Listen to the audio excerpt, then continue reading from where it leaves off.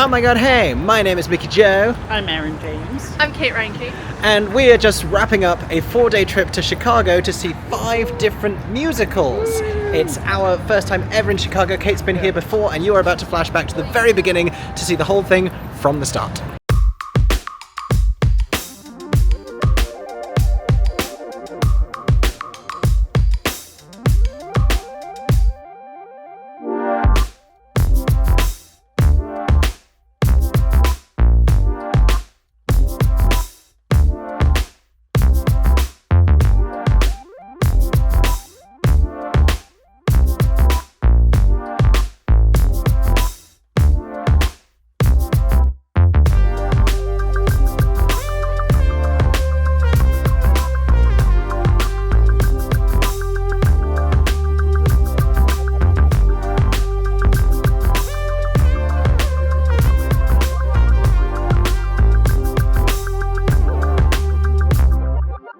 Okay, we have literally just touched down in Chicago O'Hare International Airport. Look at this.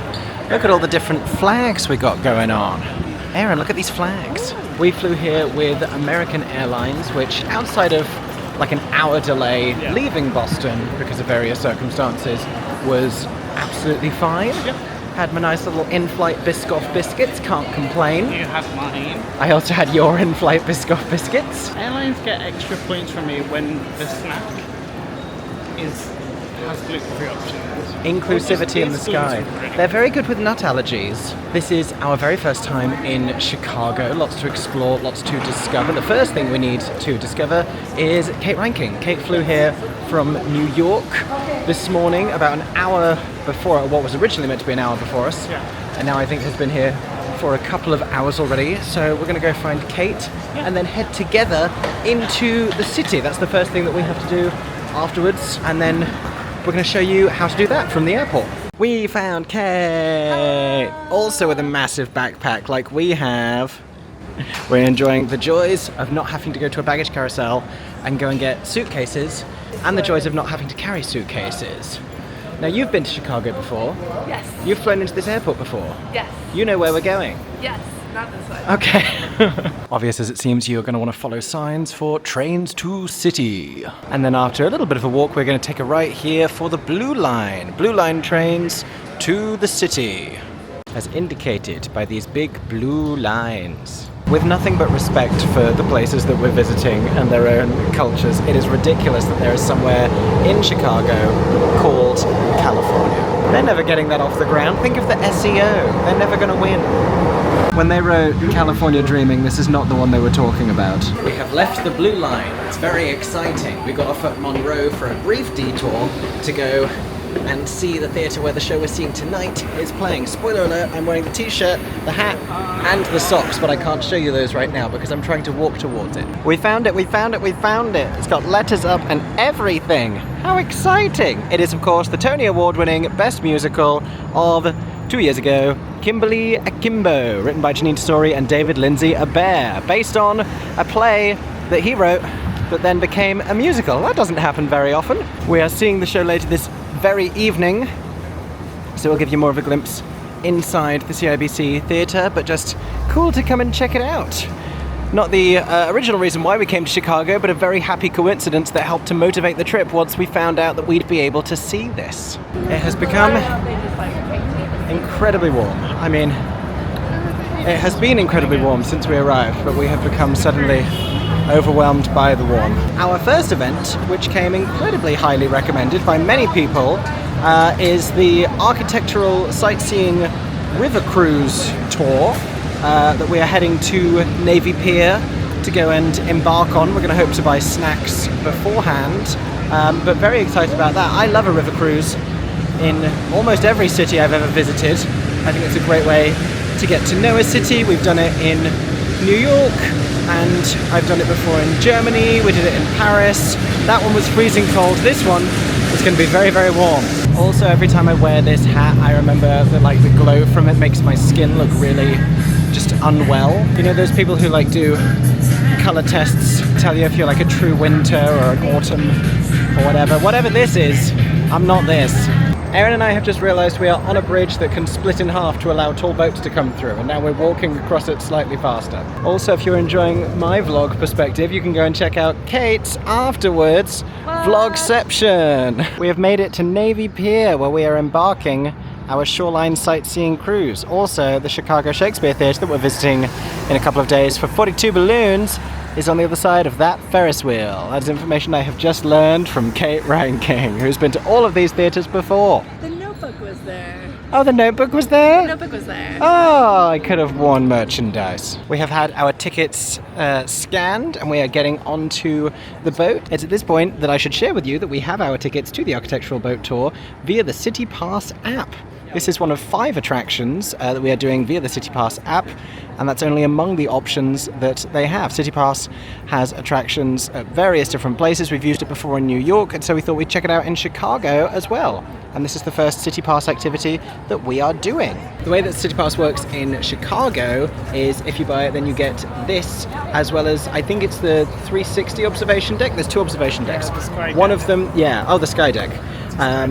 That and this are included with the City Pass purchase, and then you can choose 3 of a handful of other activities, including the Art Institute, including the other viewing platform, which I think is the Chicago 360, the Griffin, the Field Museum, and something else. The Shed Aquarium. It was the Shed Aquarium.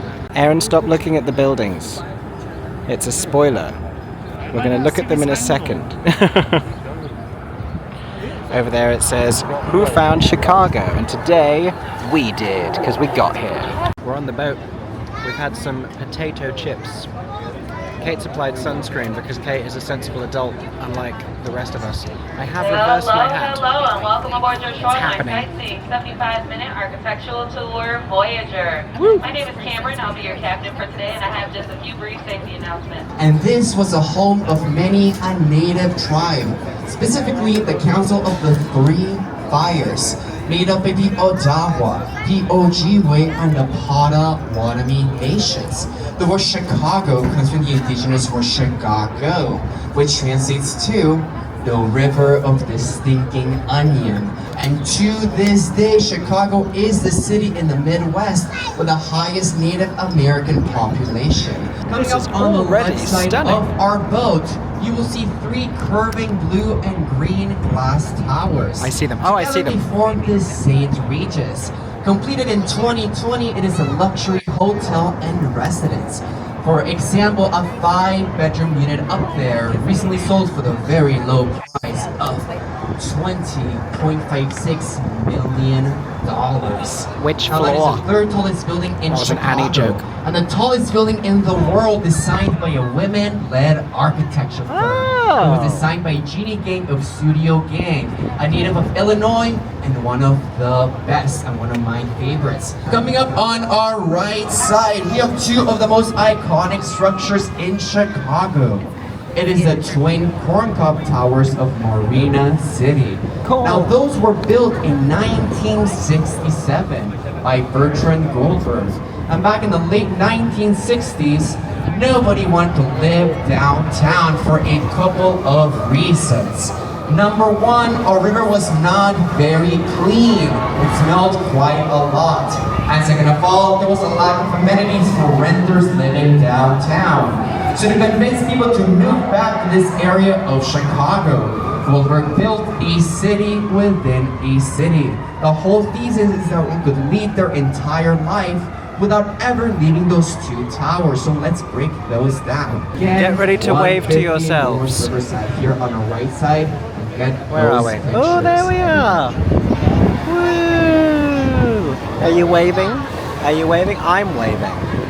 That's all that matters. We did not include this building on our tour for many years, so the owners put themselves on the map by putting that map on themselves. Why is this We're building talking about the facing Civic Opera away building. from us right now? Well, it is actually facing away from the west, giving its back quite literally and intentionally to New York City. because it is an urban legend that the architect's daughter was an opera singer, who was rejected by every opera house in the Big Apple. So therefore her dad built this one in her honor, giving it back to an entire city and population because they did not hire his daughter. Talk about extreme parenting. Through a series of tiny If you're thinking this building might be looking a little bit familiar, it's because another NBC tower, it was modeled after 30 Rock always from New York. that those are not there in 30 Rock. And most of all, they are there to show off those geometric volumes. Now this building has forever changed our history, as it was the site of the one and only, the Jerry Springer Show. So for anybody with any nerdle issues or family drama, please do head up to NBC Tower. That got turned into an opera. And this is the final terrific skyline view of our shoreline sightseeing cruise. Our river architecture cruise. I forget the official name, it is, but very informative. I will always advocate for doing these at some point on your journey to a new place because it helps you get a sense of the place, especially these very built-up areas. Yes, and the history, especially these very built-up areas with tall buildings that can be hard to figure out unless you either look down on them from very high up or look up at them from the river, from the side, as we have done. The assignment was understood. Look at that. That's actually hilarious. Nice wind effect. Kate got changed into their Kimberly Akimbo t-shirt, and so we're looking like Kimberly Akimbo superfans or members of a cult. We're on a great adventure. We are. Aaron's not. No. You can hold my water bottle. Yay! Aaron did pack this baseball Actually, cap, but we I swapped. wear the Tony's.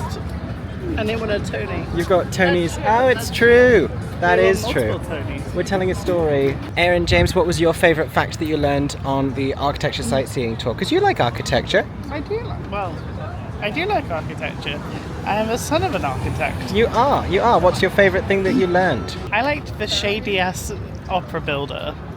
Oh, opera yeah. house builder who was like, nobody in New York would take my daughter as an opera singer. So you know what? My opera house, not facing them. Bye. Kate, what's your favourite fun fact you learned on the cruise? I learned about contextualism, which is I like that. architecture that uses the land around it to contextualize the architecture of the buildings. Yeah. So, the glass in a lot of the contextualist buildings are a shade of green that matches the shade of the river, which is really cool. I had no idea that was the style. My favourite was one of the first buildings we saw, which had 2 floors missing, very high up, with no windows to allow the famously strong Chicago winds, Windy City, just blew wind from the Windy City, you know it well, allows the winds to pass through without damaging the structural integrity of the building, because once that was pointed out, I then started noticing more and more features on other buildings with sort of corner sections missing and just ways that the architecture had been done to make sure it wasn't damaged by the winds. I also really enjoyed hearing how many places were in Batman.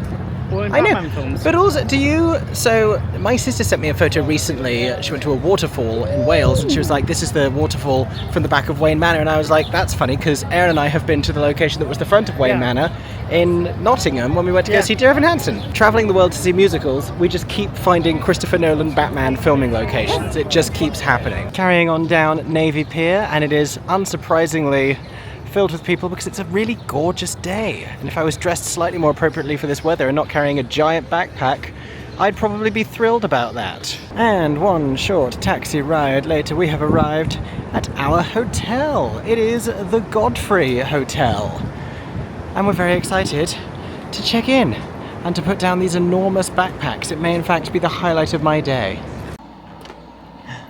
It works. That's always helpful.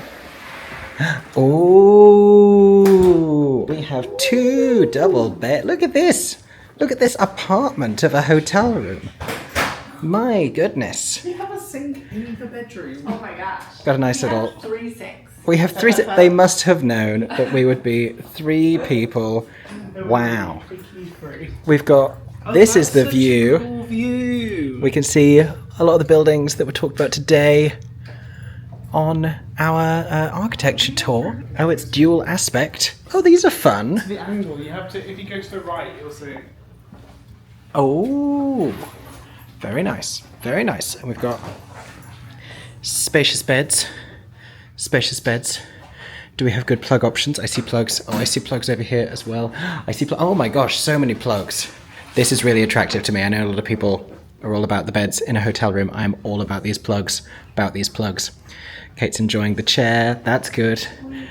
Nice large mirror here so you can see how sweaty and exhausted I am. Very glamorous, I know. Ooh! There we go. Find the light switch.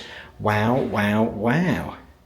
Large bathroom. Kate, you couldn't have slept in a bathtub because it's a standing shower. Oh, well, good thing we have a second bed. But it's a nice shower. I bet that's got good water pressure. Update to follow.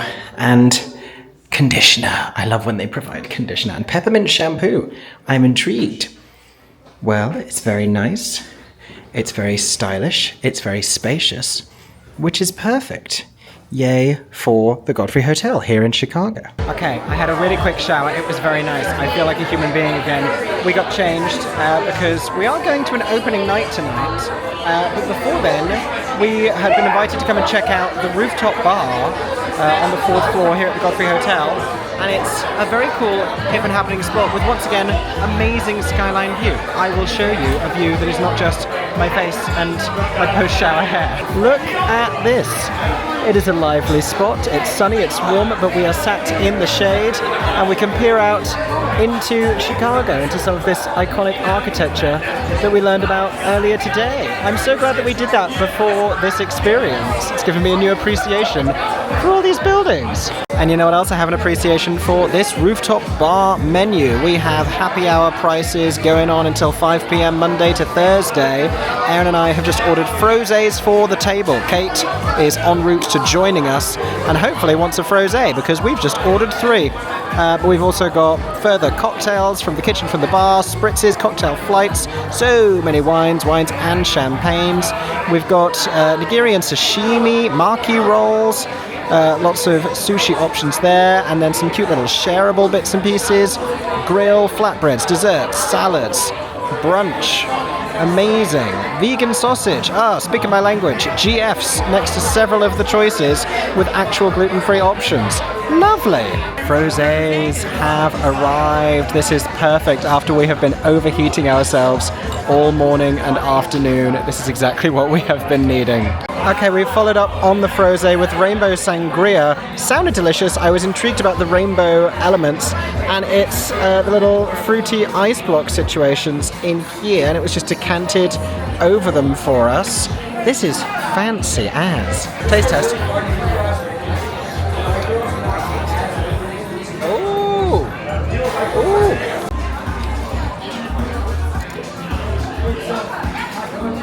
Nailed it. I'm enjoying my rainbow sangria, but I'm just so enamored. There's a breeze coming through. You can see the wind is knocking things over. That's Chicago for you. But it's a warm breeze. It feels almost like tropical and Mediterranean right now. I'm enjoying summer finally. I'm having a lovely time.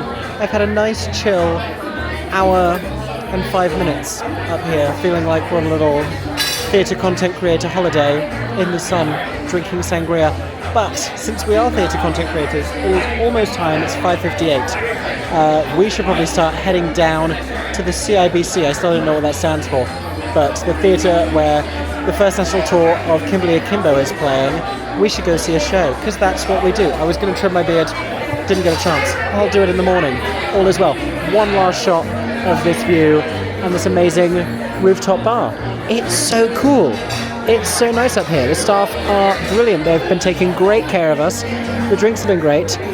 Highly recommend. We've just been chatting about how much we loved our rooftop bar experience. Lovely. Had a great time. Lovely beverages. Nice to relax a little bit because we did flights, like delayed flights into getting out the airport, getting into the city, going like just in time for the activity that we pre-booked, and then just having food and then going for check-in, and it's all a little bit stressful. So it's nice to have something where you can just sit and just drink, and shout out to the staff there. Were very attentive, very helpful, made great recommendations, and we had some lovely beverages. So nice to feel a little bit more relaxed. It is so unspeakably warm out that just there's a warm density in the air on the street, which is nice now that I'm not wearing a suede jacket, now that I'm not carrying a backpack. I've got changed a little bit because this is the official opening night of the Chicago tour stop of the first national tour of Kimberly Akimbo. Kate's seen it before in Denver, Colorado, but we haven't seen it since it was on Broadway. It's one of the first Broadway shows we ever saw on our first ever trip, so very special to be seeing it again in the year 2025. We haven't seen it since the calendar year 2023. But speaking of pros of the Godfrey Hotel, who are kind enough to be hosting us tonight, we are walking just 25 minutes down to the theatre, which is not like, admittedly, 5 minutes away or 10 minutes away, but the theatres in Chicago. There's a lot of great theatres here in Chicago and in the greater Illinois area that we're visiting over the next few days. They're not all as closely packed together as like the Broadway Midtown Manhattan Theatre District. So the Godfrey Hotel is actually pretty well situated in terms of being equal distance from all of them, which is handy. So walking on down to the CIBC, which we visited earlier today. Kate, what does it stand for? CIBC? Yeah. I think it's a bank, yeah.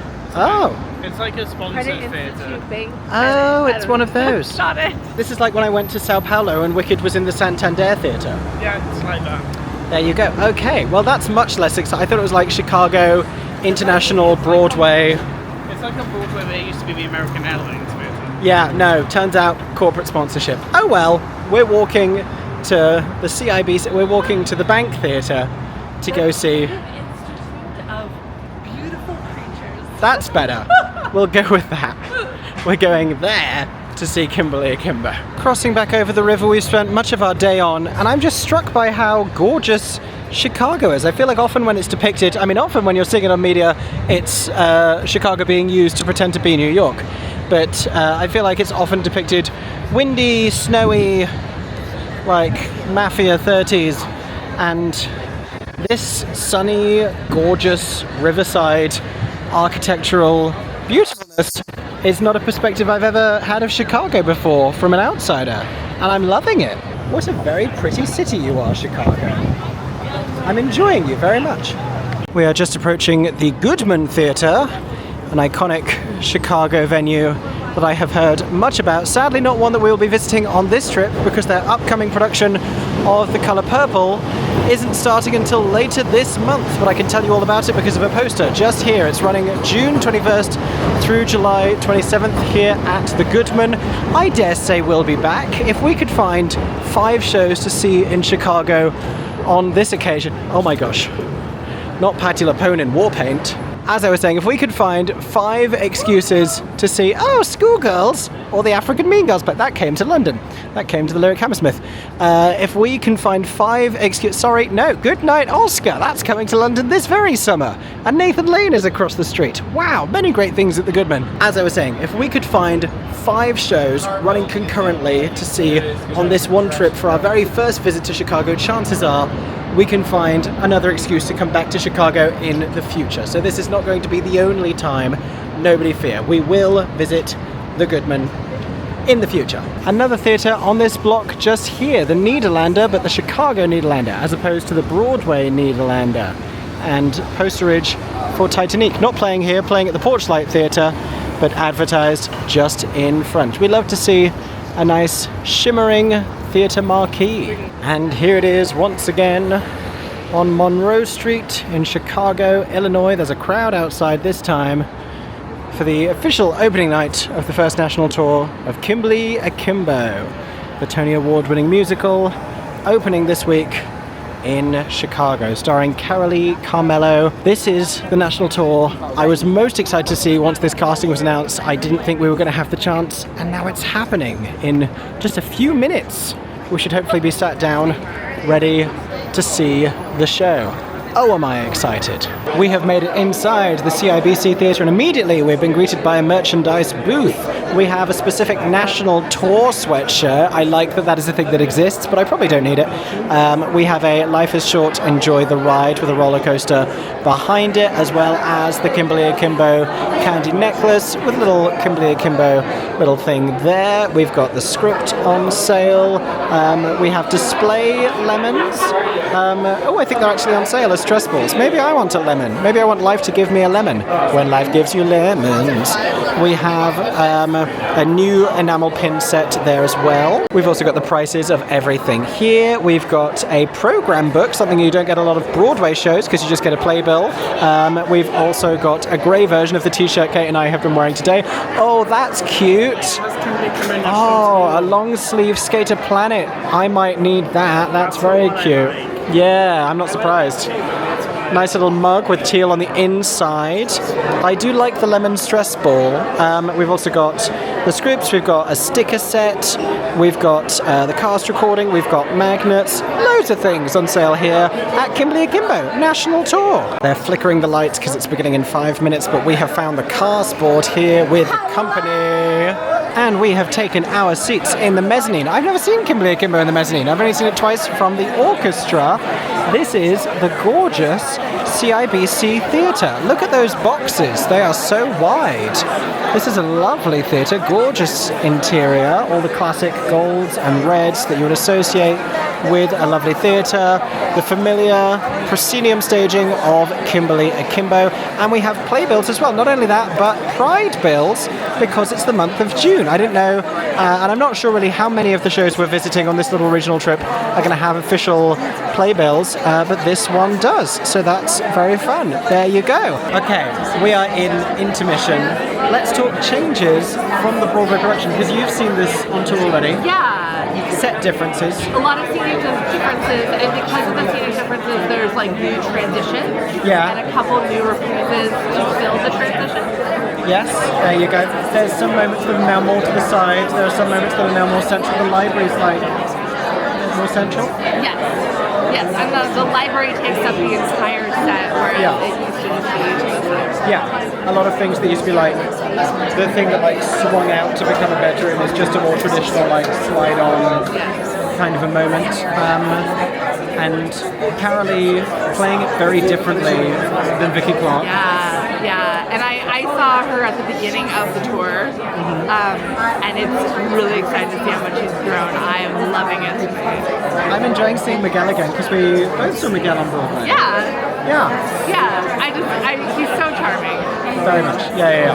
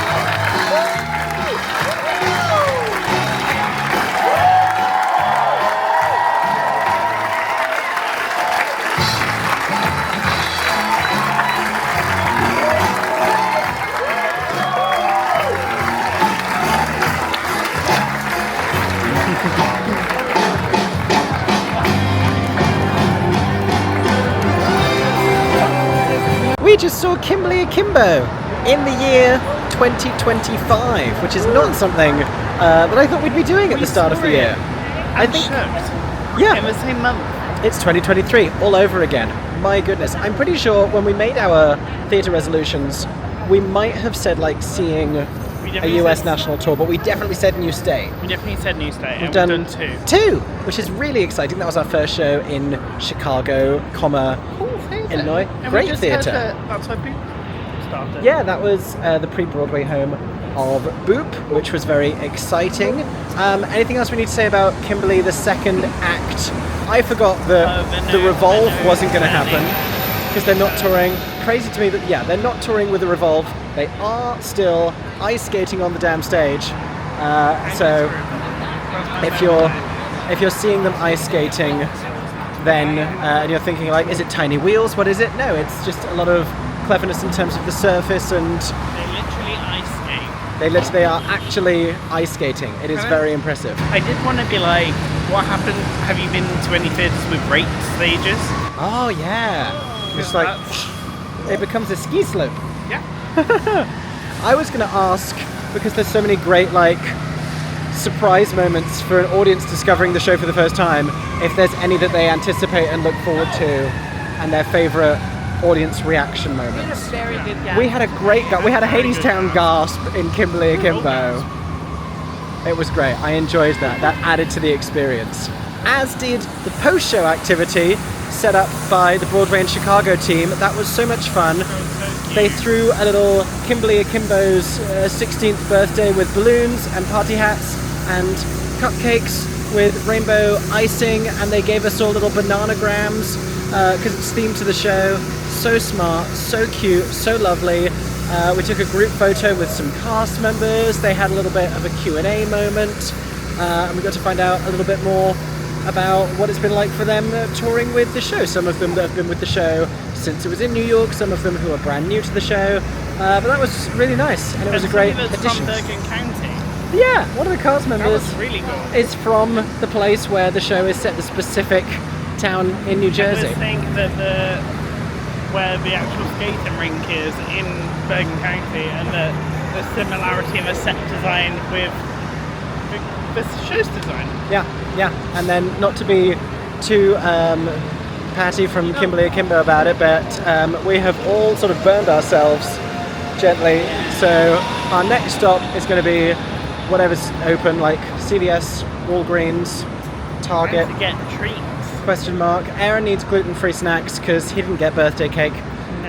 And I think we all need a little bit of after sun before finally sleeping, because we've gone back into a different time zone. If you don't About 1 hour. know, we've gone back an hour, so it's even later than it actually is. These people are doing television in here. Look at that. I'm bootlegging live TV right now. Okay, we got to have a moment for these Chicago marquees by night, because this is the Nederlander marquee that I showed you earlier, and then just round the corner here, I saw this earlier today, but by night it is even more fancy. I guess it's got concerts more so than theatrical productions, but look at the Chicago Theatre marquee. It's so sparkly. We're going to Walgreens for deep moisturizing products to moisturize our mistakes. And this is the Chicago Theatre sign, as seen from the Walgreens. It's real close. Same river view we've been enjoying all day from different vantage points, this time seen by night, and if possible, even more stunning. With all the lights on these buildings. It's so pretty. I was saying to Kate earlier, Chicago is never a place that I've seen depicted in media when it's warm, with a river and with a beach and these kind of vibes. It's the same thing as when Aaron and I went to Toronto for the first time, and it was July and it wasn't snowing, and I was like, this is not the Canada I've been allowed to expect. So it's a little bit of a curveball coming here and meeting it like this. It is windy though, I will say that much. Good morning, world. Oh gosh, it's bright. Good morning. Hello, Chicago. You're meant to be less warm today, but I'll be honest, you still look pretty warm. Hello, everybody. Good morning. I need to put some moisturizer on my face. Kate's over there. Had a good sleep. Had a nice 9 hours sleep for the first time, perhaps since coming to North America. I'll be honest. Wow. Yeah, it's been a lot. It's been a couple of weeks. But caught up on sleep, which is nice. Adjusting to the fact that we are an extra hour behind New York and now even further behind London. So I wake up to a lot of emails from almost all of the UK workday. But I am dressed today for cats. I'm feeling jellicle. I'm feeling especially jellicle because later this evening, or probably this afternoon, we are heading over to Aurora, Illinois, not Chicago. We're getting the train and we're going to go see Cats, but circus themed. I did not know about this production when we started planning this Chicago trip, and then we were tossing up options, and then you, Kate Reinking, were like, no, let's do circus cats instead of this other thing. And I was like, what do you mean? What do you mean, circus cats? So delighted that this is all coinciding and that we get to visit a different part of the state as well as the metropolis that is Chicago that I am currently looking at right now. We're going to get ready and go do a little bit of Chicago tourism, grab some breakfasty foods, and then take the train over to Aurora for day 2 in Chicago. We are getting ready to go out. Aaron James is rocking a black t-shirt with a suede jacket, and I, contrastingly, am wearing a black t-shirt with a suede jacket. We do this far too often. We are approaching midday, noon, and getting ready to go and grab some food. We're going to hit Dunkin' en route to the Sky Deck, aka the Willis Tower, aka the Sears Tower. That apparently, did they say yesterday it's up for renaming? I don't know if this lamp is meant to look like the bean, but it looks like the bean. Passing by the McDonald's where we're planning to get breakfast tomorrow morning when we wake up slightly early enough to get their breakfast. And tour guide Kate Reinking, who I'll remind you has been here before and is a US resident, has shared with us the fun trivia that there's something special about this McDonald's. I don't remember what but Kate doesn't remember what it is. And so for more of Kate's tours, feel free to get in touch. We're also passing the abandoned Rainforest Cafe. It's so cool. They need to do something with that space. They did immersive theatre, Midsummer Night's Dream. Or like Alice in Wonderland. Like Alice in Wonderland, yeah. There's an Alice in Wonderland production happening at the Civic Theatre, I think, at the moment. And it should be happening at the... It should be at the abandoned Rainforest Cafe instead. We're just admiring how inviting the Chicago River looks today. Is this... Oh, this is the same tour that we were on. I hope you're having a nice time. I can't wave to them, they're too far away and they're not facing this direction. Lovely bit of river today. Train, car and boat in the same frame. All we need is a plane. We're making a pit stop at the Dunkin' Donuts on Lake Street to get beverages and breakfasts. Aaron is inside with Kate, ordering things, waiting for things, while I'm standing outside because I was starting to sweat because it was very warm. Although, on the street today, it is considerably better. In Fahrenheit, it's like 16 degrees lower than it was yesterday, and thank goodness. So kind of pretty perfect weather.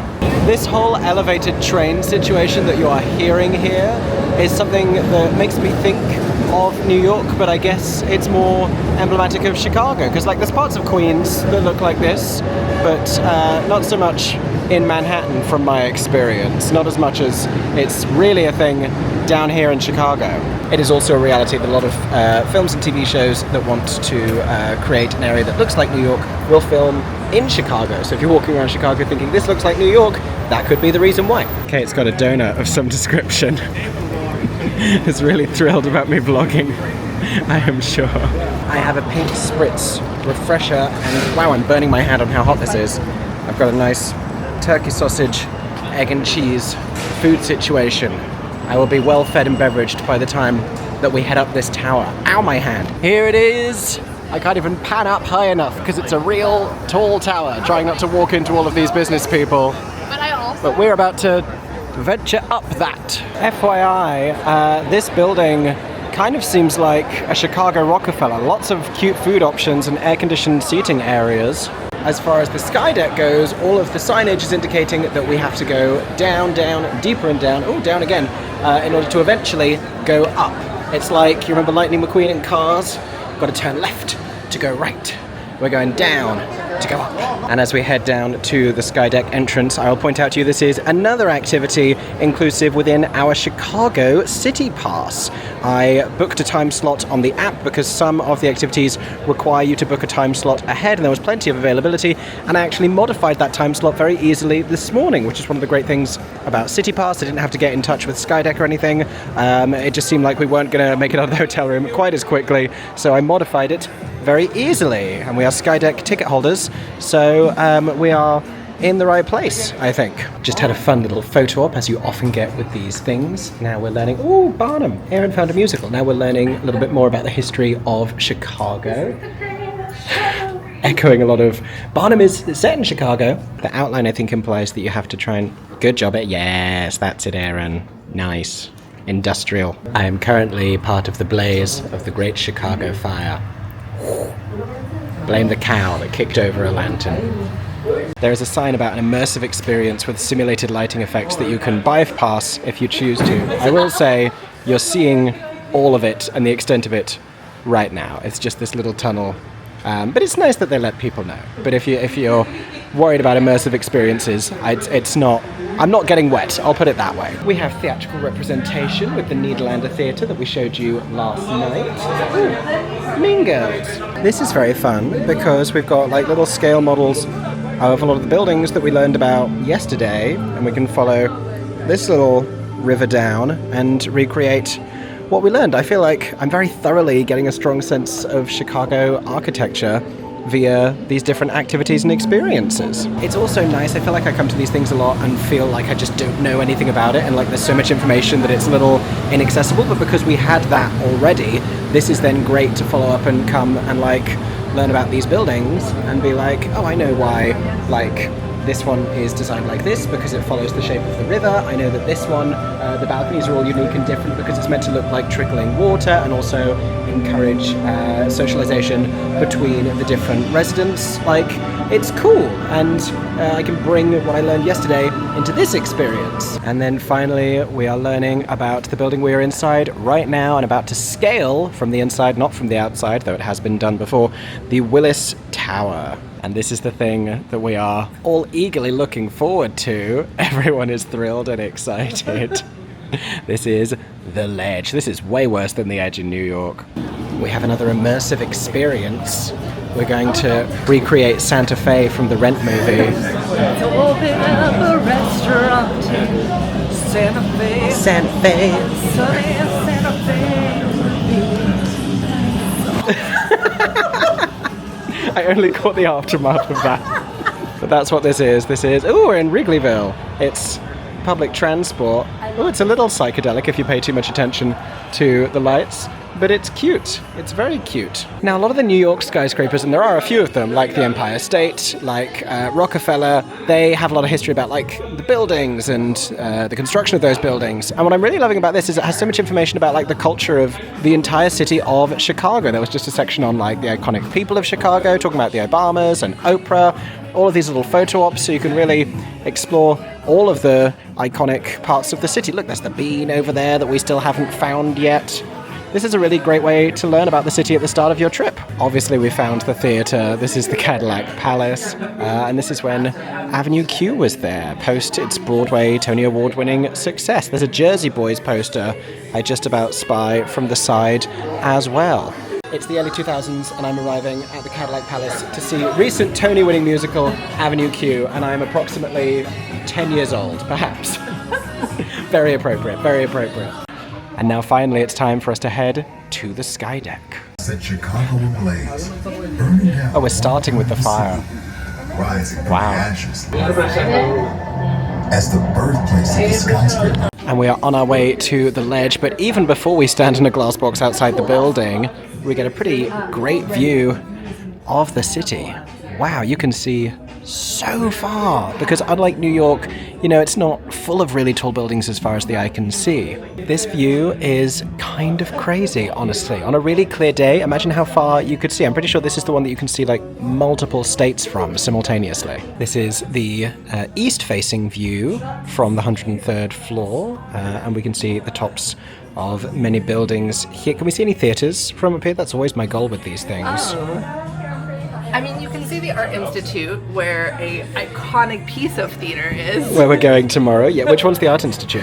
It's if you see the Motorola building, it says Motorola backwards, and then you go to the left, there's a street, and at the end of that street is the Art Institute. You can kind of see the posters from the front of the Institute there. All that water you're seeing is, of course, Lake Michigan. Kind of crazy as a British person to think of that just being called a lake, because it's so vast, but that is Lake Michigan. Are you enjoying this so far, Aaron James? This is my perfect type of viewing platform, which is big glass windows where you can see out of the views. Appreciate it, but you don't feel like you're like in too much of a thrill. I'm scared. Okay, you've really got to want to see it, but I have figured out the building where we saw Kimberly Akimbo last night in the CIBC is sort of this one here.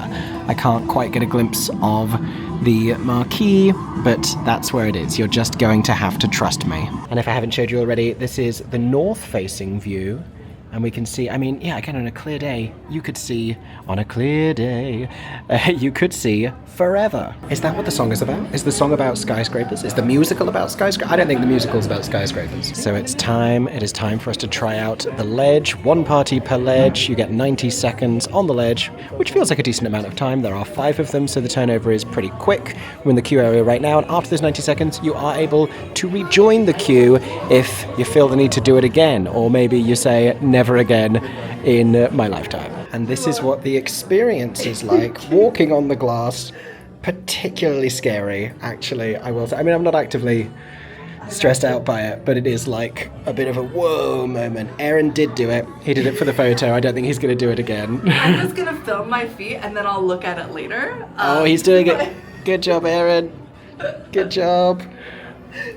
Wow. I mean, the view is amazing. The experience is kind of wild. And now we have more elevator graphics. Whoa!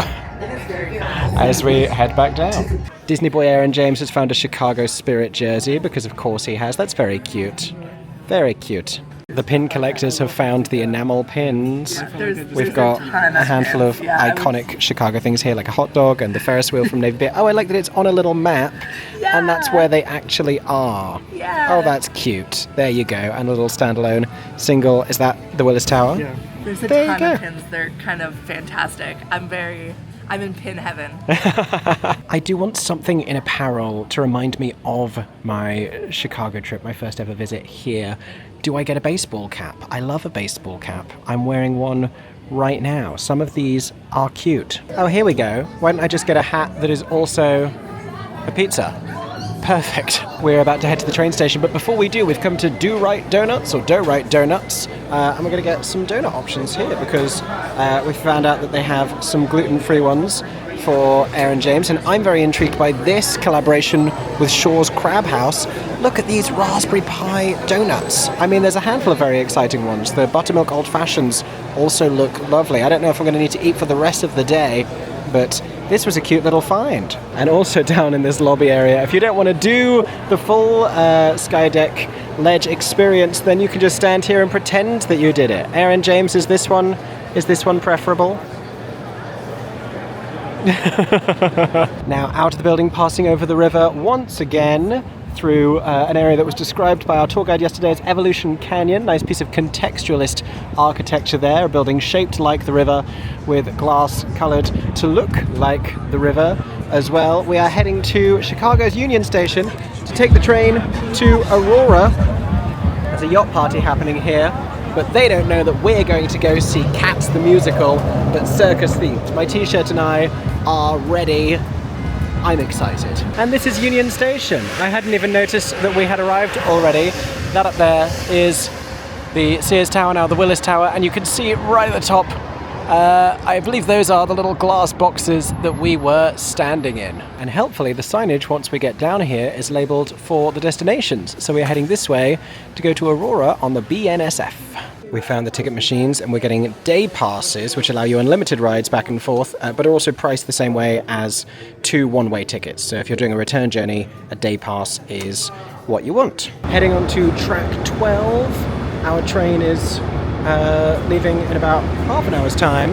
I've got a donut. We've got tickets. I'm excited. I'm excited to spend more time in Chicago and see more of Chicago and do the other activities we have planned, but I'm also excited to go and see somewhere alongside it, to see as much different theatre as we can, and to see Cats, let's be honest. And about 2 minutes later, the train is arriving. It's a double-decker train.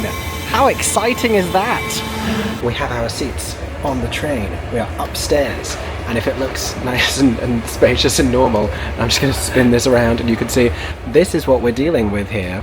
It is mostly single seating on the upper deck here, with, I guess, is that meant to be bag storage in the middle? I think you're brave if you're putting a suitcase on that, because there's every possibility you just drop it onto the people down below, which is a more traditional carriage setup down there. We've also got a little shelf for bags up here. I could put my donut up there if I wanted to, but I'm very excited to have a train experience. A family just got on across the other side of the carriage from us and showed us the most amazing thing. Aaron, can you do it with the seat behind to show everyone how it works?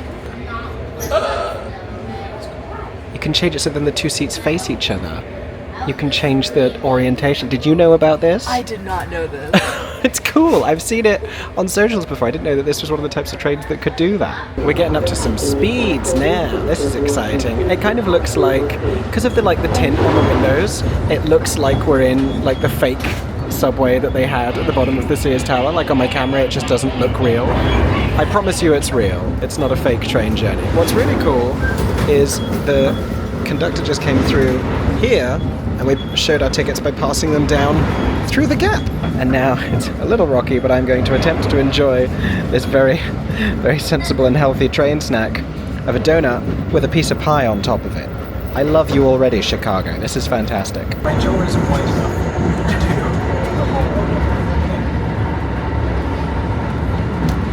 If I was attempting this, it would be all over me. This is obviously our first time in Illinois, but as Kate tells me, this is an express train, so it's faster than the ones that aren't express trains. It's like 30 minutes faster. Significantly faster. Something else to be aware of. We're specifically coming to see a 7 p.m. curtain performance of Cats. On other nights of the week, it's an 8 p.m. curtain. The last train back to Chicago from Aurora is 11:05 p.m. We might make the 10:05. Cats is a short show. It should be done by 9:15. But making the 11:05 is, I guess, essential. Otherwise, you're paying for an expensive car journey back, or figuring out where to stay in Aurora, which the train tells me is the location we're approaching right now.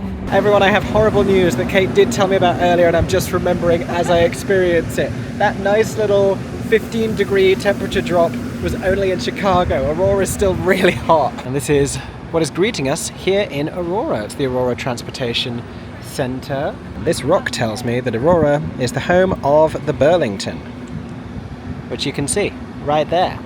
This obviously is a very different part of the world, a very different vibe to metropolitan Chicago that we've been exploring. Look, there's a turn-of-the-century fire hydrant denoted with a sign indicating to you that this is a turn-of-the-century fire hydrant. It's a little familiar immediately, and possibly just because we arrived on a similar train, of like the area we go to for the Red Bank Theatre in New Jersey or Paper Mill. Yeah. It's a little bit more that kind of vibe. It's a 7 o'clock curtain. It's like 3:30 in the afternoon, leaving us 3.5 hours to enjoy Aurora. Just here next to the Aurora Regional Fire Museum, we've spotted a poster for Come From Away. That's going to be at Paramount. Is that its own production? I dare say it is. We're going to have to Google that. There's no dates or anything on this. Just Come From Away. And we don't have time to catch this, but I heard about this as well. An immersive new production at Stolp Island Theatre of $1 Million Quartet. There you go. Also from the Paramount Theatre, according to this poster. The Broadway establishment we could see is called Tavern on Broadway, leading us to believe that we might be on Broadway without even realizing it.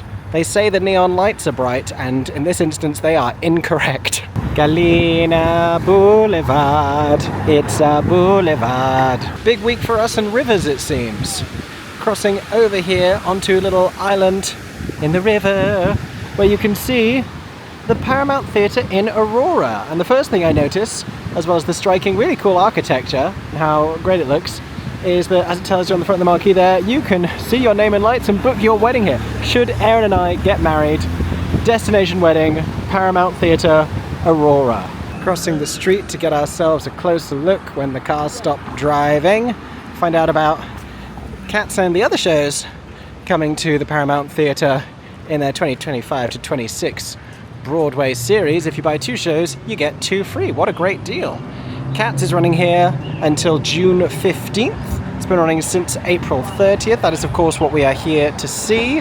And then, as mentioned, we also have the immersive production of $1 Million Quartet at the Stolp Island Theatre. But here it is with an image there from a non-replica production of Frozen. We also have productions of Come From Away, Irving Berlin's White Christmas, Dear Evan Hansen, and South Pacific. None of these are big touring productions, as I understand it. These are originally produced regional non-replica productions of each of these shows, which is really exciting. Across the street in the North Island Centre, the Copley Theatre is one of the things advertised there, and then just over here we also see signage for the John C. Dunham Aurora Art Centre, So a little bit of a cultural hub here, clearly. This is the Paramount Theatre costume shop, currently advertising what else but cats.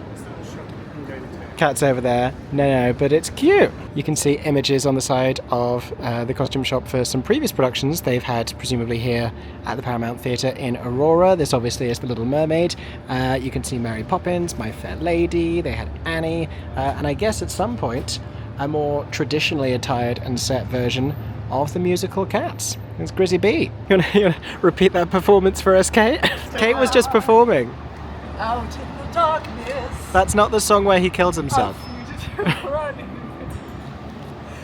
It's the first one, because I want to live. Eagle Eyes Aaron James spotted a little path heading down to the Stolp Island Theatre. Can you imagine coming here for a show on like a summer's evening by the river in this cute little town? This is so idyllic. Here we go. Here is the signage for $1 Million Quartet. It's all about, I think it's like a recording session or a gig when these four iconic entertainers played together, performed together for the first time. So it's not that they are appearing in it. Can you imagine? I mean, they're not all alive. Are any of them alive? Do I even know? But this is the extended production of $1 Million Quartet, the immersive production of it. How cool is that?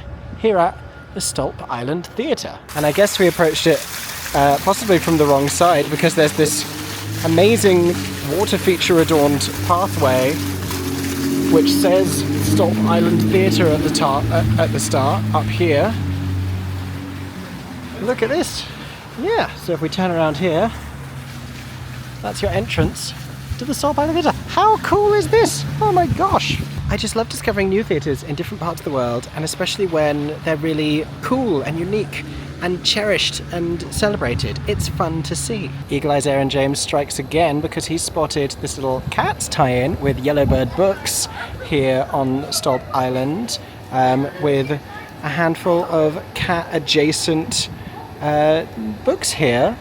This is really cute, and a bunch of cats hanging in the window display. Oh my gosh, they have books for all of the cats? Yeah. Jenny Any Dots, Angelical Cats. Are these just like illustrated versions of T.S. Eliot poetry?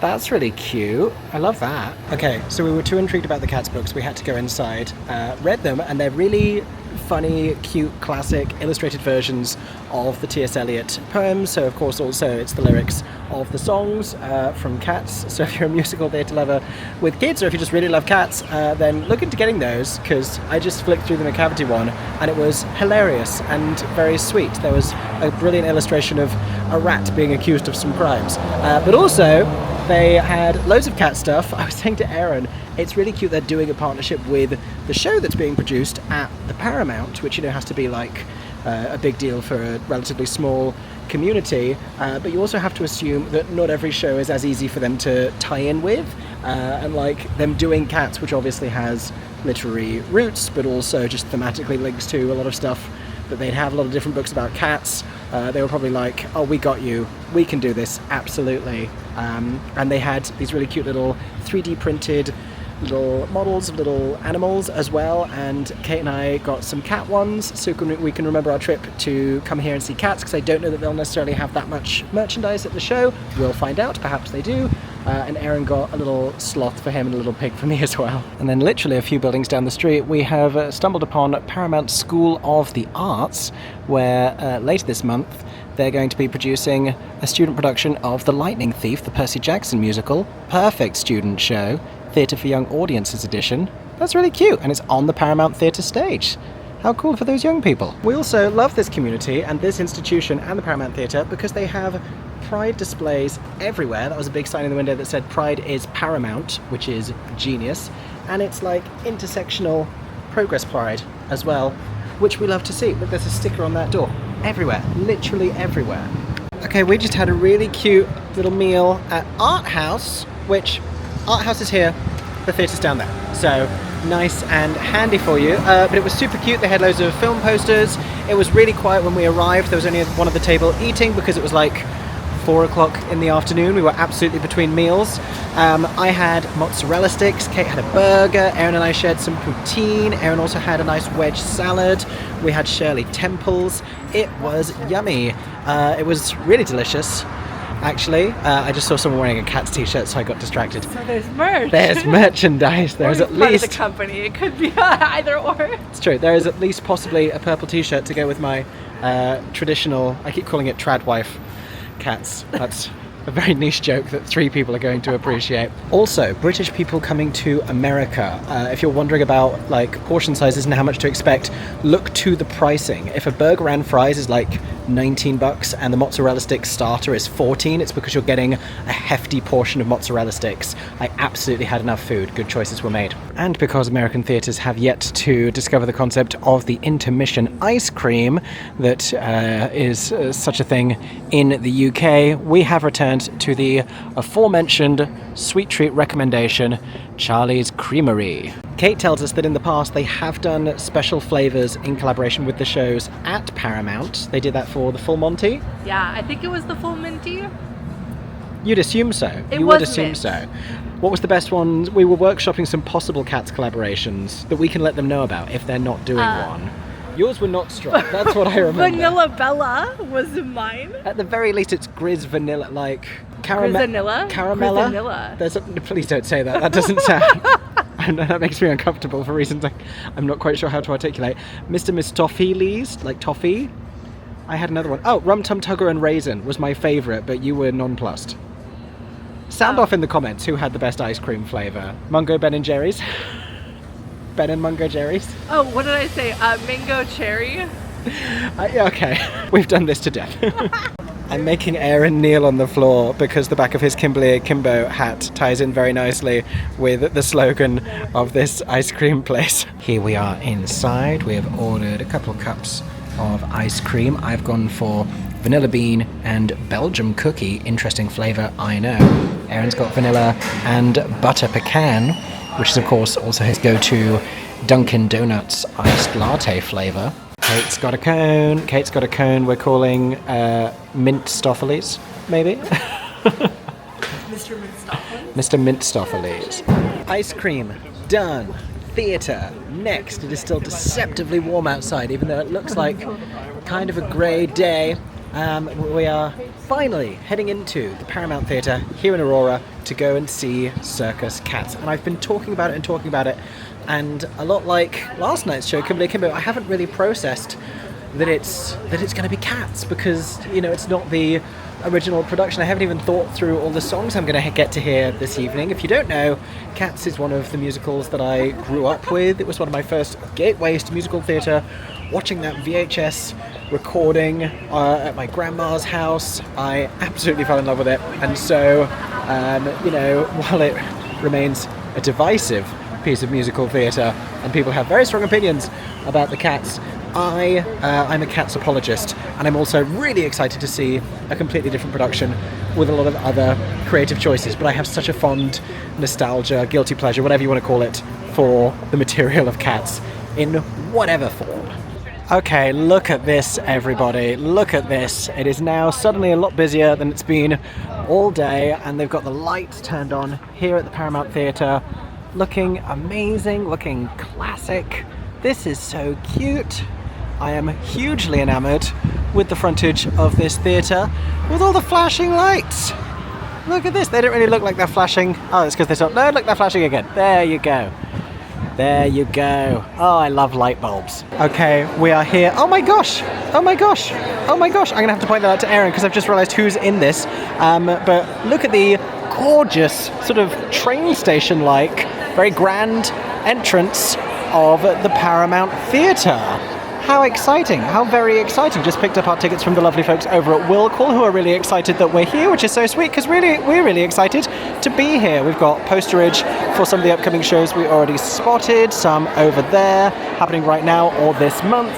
And then we've got some others over here, including Ride the Cyclone. And I just noticed on this board out front here, Emily Rome of Ride the Cyclone fame is starring in this production of Cats. I assume she's Grisabella. I believe, and I'm a late adopter to the world of Ride the Cyclone, but I believe she's the iconic Jane Doe, right? right? I think so.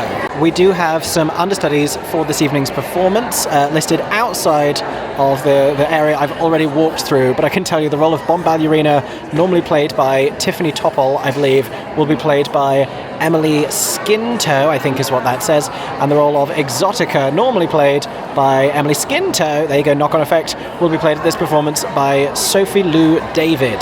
I'm pretty sure. I'm reading all these backwards, but I believe I know I got the cats' names right. You can test me on those. If you want my candid reaction to finding out that there's a poster over there with a themed cocktail called a Tumble Fruitus, after Tumble Brutus, then you can go watch Kate's vlog, where I scream it in the middle of the filming.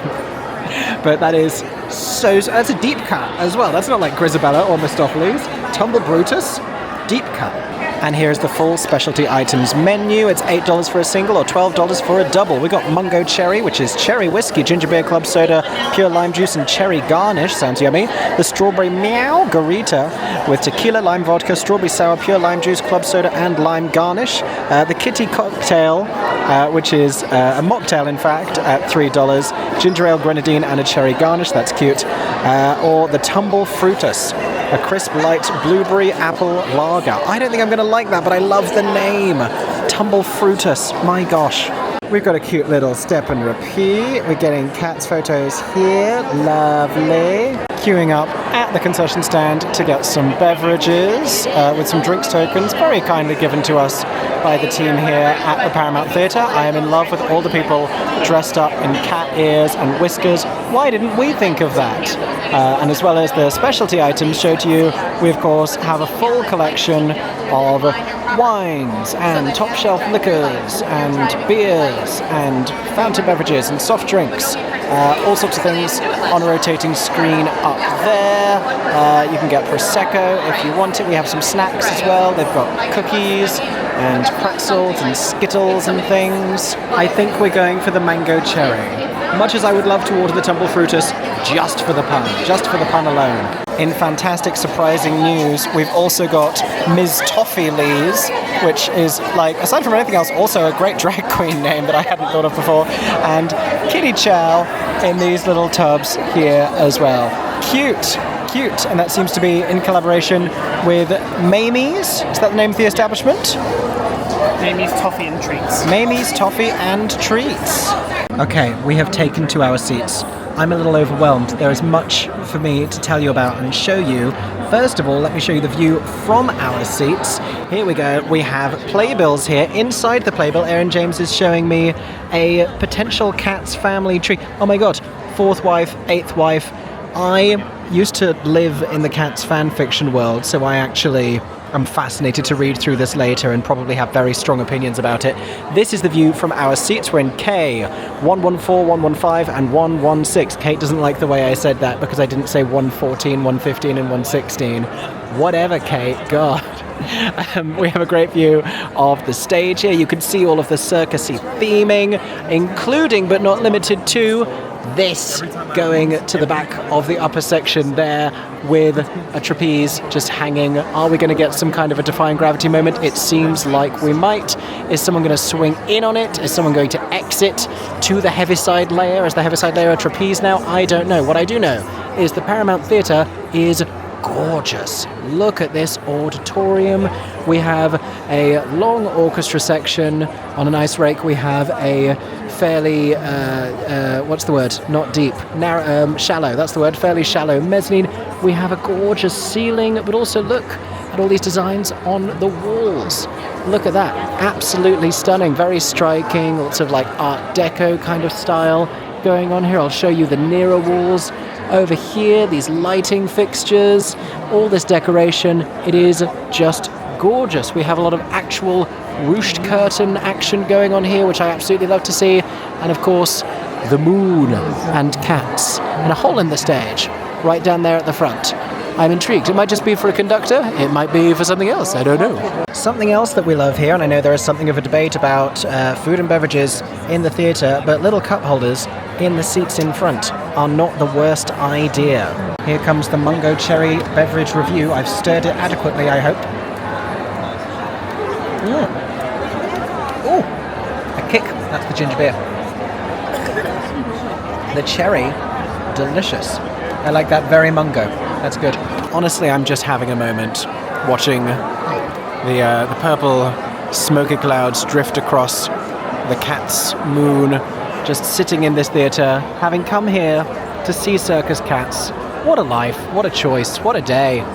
I'm delighted. Oh my god, hey, happy intermission. The restroom queues are a thing, but they're moving fast, I am pleased to report. There's some kids just over there playing with a red balloon that they got during the show. I won't tell you exactly why, but it's very cute. And we've made a lot of our usual stops. We've talked about specialty beverages, we've talked about playbills, we haven't talked about merchandise yet, and I'm told they did originally have cat-specific merchandise, but they have sold out. That is how popular it was. However, there's still Paramount Theatre merchandise. You can get Paramount Theatre t-shirts here for $20 in a variety of different shades. Of course, I like the dark red one. Why would I not? We also have Paramount Theatre hoodies here as well, and some merchandise from previous productions here at the theatre. We have Frozen t-shirts and Waitress t-shirts in a variety of sizes. Heading back into the auditorium. How cool is this auditorium? How cool is this view? Ugh, cats, man, cats. There's multiple kids with balloons. Also, there's a desk halfway through the orchestra, because it's a very far back orchestra. We go all the way to row RR, double R. We are resuming in 5 minutes, but I have been reminded, someone got in touch with me last week to let me know that there is a curated artwork gallery on the second floor, and I'm going to check that out. Erin and Kate were following me, and now they are no longer. They'll find me. And here it is. It's around the outsides of the foyer area here, and we've got pieces responding to Waitress. This is I Hate My Husband pie. We've got the spaghetti pie. Wow. This is really interesting to see. Obviously a very different aesthetic from like the marketing materials of the show, but very cool to see this artistic response to its themes, Waitress being a production that was previously produced here at Paramount. And here are the cat swans. Look at this. This is called Meow, Hiss and Ma-ah by the artist Sad Girl, and they're available for purchase via this email address here, should you wish to. I'm nothing if not an advertisement for artists here on MickeyJoTheatre. More cat art over here, more cat art. Wow! Look at this fashion cat number 1. And while we're passing it, a lovely view from the second floor of the Paramount Theatre, and a lovely view of that dazzling marquee there as well. We have more fashion cats. Maybe I want these. Maybe I want these. These are $250, but I'm thinking about it. More fashion cats here, continuing around the top of the upper foyer there. Wow. Look at all those sexy cats. My goodness.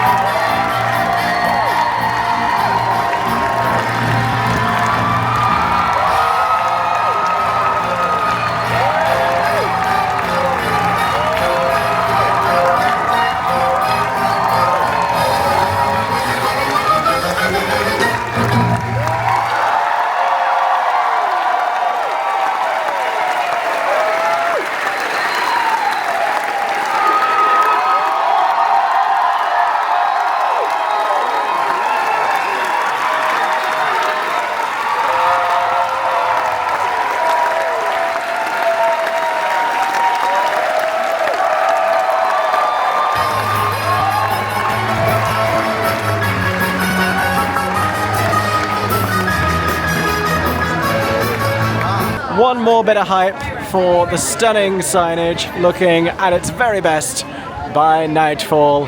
Cats, April 30th to June 15th. Chances are by the time you're seeing this, the run will have ended. But my god, was it a show. And I didn't even realise this bridge is all lit up with cute little lights as well. So is that bridge.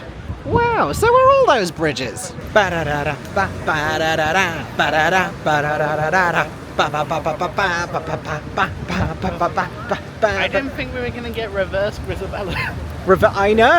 I know. You never normally see them come back and live the second-gelical life as the finale, but what a choice. I mean, throughout the show, what choices, what creativity.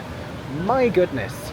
Oh my goodness. I would say in general, and I've probably spoken more about it in a different video you may have already watched, that it was less of a departure from the vibe of the original Cats than something like Cats the Jellicle Ball. Yeah, Cats the Jellicle Ball is very different, and I think because of like, very, like, the thing with Cats is it very much says where it's based. Yeah. And so with Jellicle Ball, you have to kind of ignore the lyrics. And I think Jellicle Ball, it's like, it's farther to go to make it like New York queer ballroom culture. For one thing, they're like humanoid, and to just make it Cats, but they're in a circus tent, it's less of a stretch. Yeah. But it gives you all of these different things to work with creatively, and like magic tricks and trapeze and the balls and the balloons and the juggling. So much. Yeah, wonderful. Had a great time. Theatre, man. Cats. How are we feeling, team? How are we feeling, everybody? We're good. What if we just spent every day of the rest of our lives going to different towns in the world and spending all day in those towns, getting to know them, and then seeing theatre there? I mean, that's my dream. That is my dream. If I had unlimited funds, I would do that. Yeah. That is what the Great Theatre Adventure is all about. We are strolling down Broadway, a different Broadway to usual, but a Broadway nonetheless, heading back to the train station. Possibly useless information to you now that presumably the run of the show has ended. It ends this week. It ends this very week. We're very lucky to have seen it. Thanks to Selena for telling Kate, thanks to Kate for telling me, and thanks to the theatre for having us and being so enthusiastic about it. That was really lovely. Chatted to a few people tonight who recognised us, some because of knowing me from before from videos, some because the theatre put out a thing on social media, excited about the fact that we were coming, which again was like because Selena came here and made so much noise about it, right? And that's how we knew about it. But yeah, I had a point I was building to. I forgot what it was. I'm overwhelmed by Cats, as I so often am. My goodness, it was so much fun. It was so much fun, and it was so surprising, and it was so clever and so charming. I genuinely gasped, and the brutal, shocking twists at one point. Oh my gosh! Yeah. Not all the cats made it out alive. But yeah, great production. That's what I was going to tell you. It came down at 9:10, so like 2 hours 10 running time, maybe slightly less. So we have plenty of time to get the 10:15, which is the penultimate train back from Aurora. We are on the train on the way back to Chicago. And Kate taught us how to catch a train. Kate, who has been to Paramount in Aurora before to see another show. It's because we were speculating, is it this side of the track, the side we come in on, or do we need to somehow get to the other side? And so in an effort to explain the process from the perspective of someone with experience here, Kate, shown here, said to us, we just need to get on the train and then it leaves. It's true. At which point I started laughing hysterically, because that's just how you get trains. This is not an express train because they're not express at this time of night. Second to last train, 10:05, then the one after this is going to be the 11:05.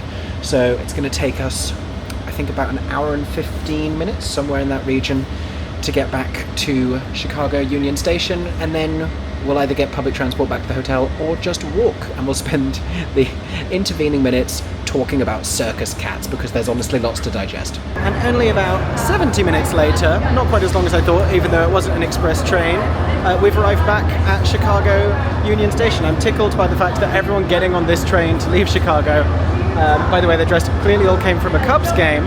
They were watching sports, and we were watching circus cats. Almost the same thing, almost. Kate's literally live on TikTok right now. So let us know in the comments if you were one of the people watching Kate's live. Walking past the Opera building, and there's signage on the side that says, embrace your true colours, happy pride, and nice rainbow lights along the way.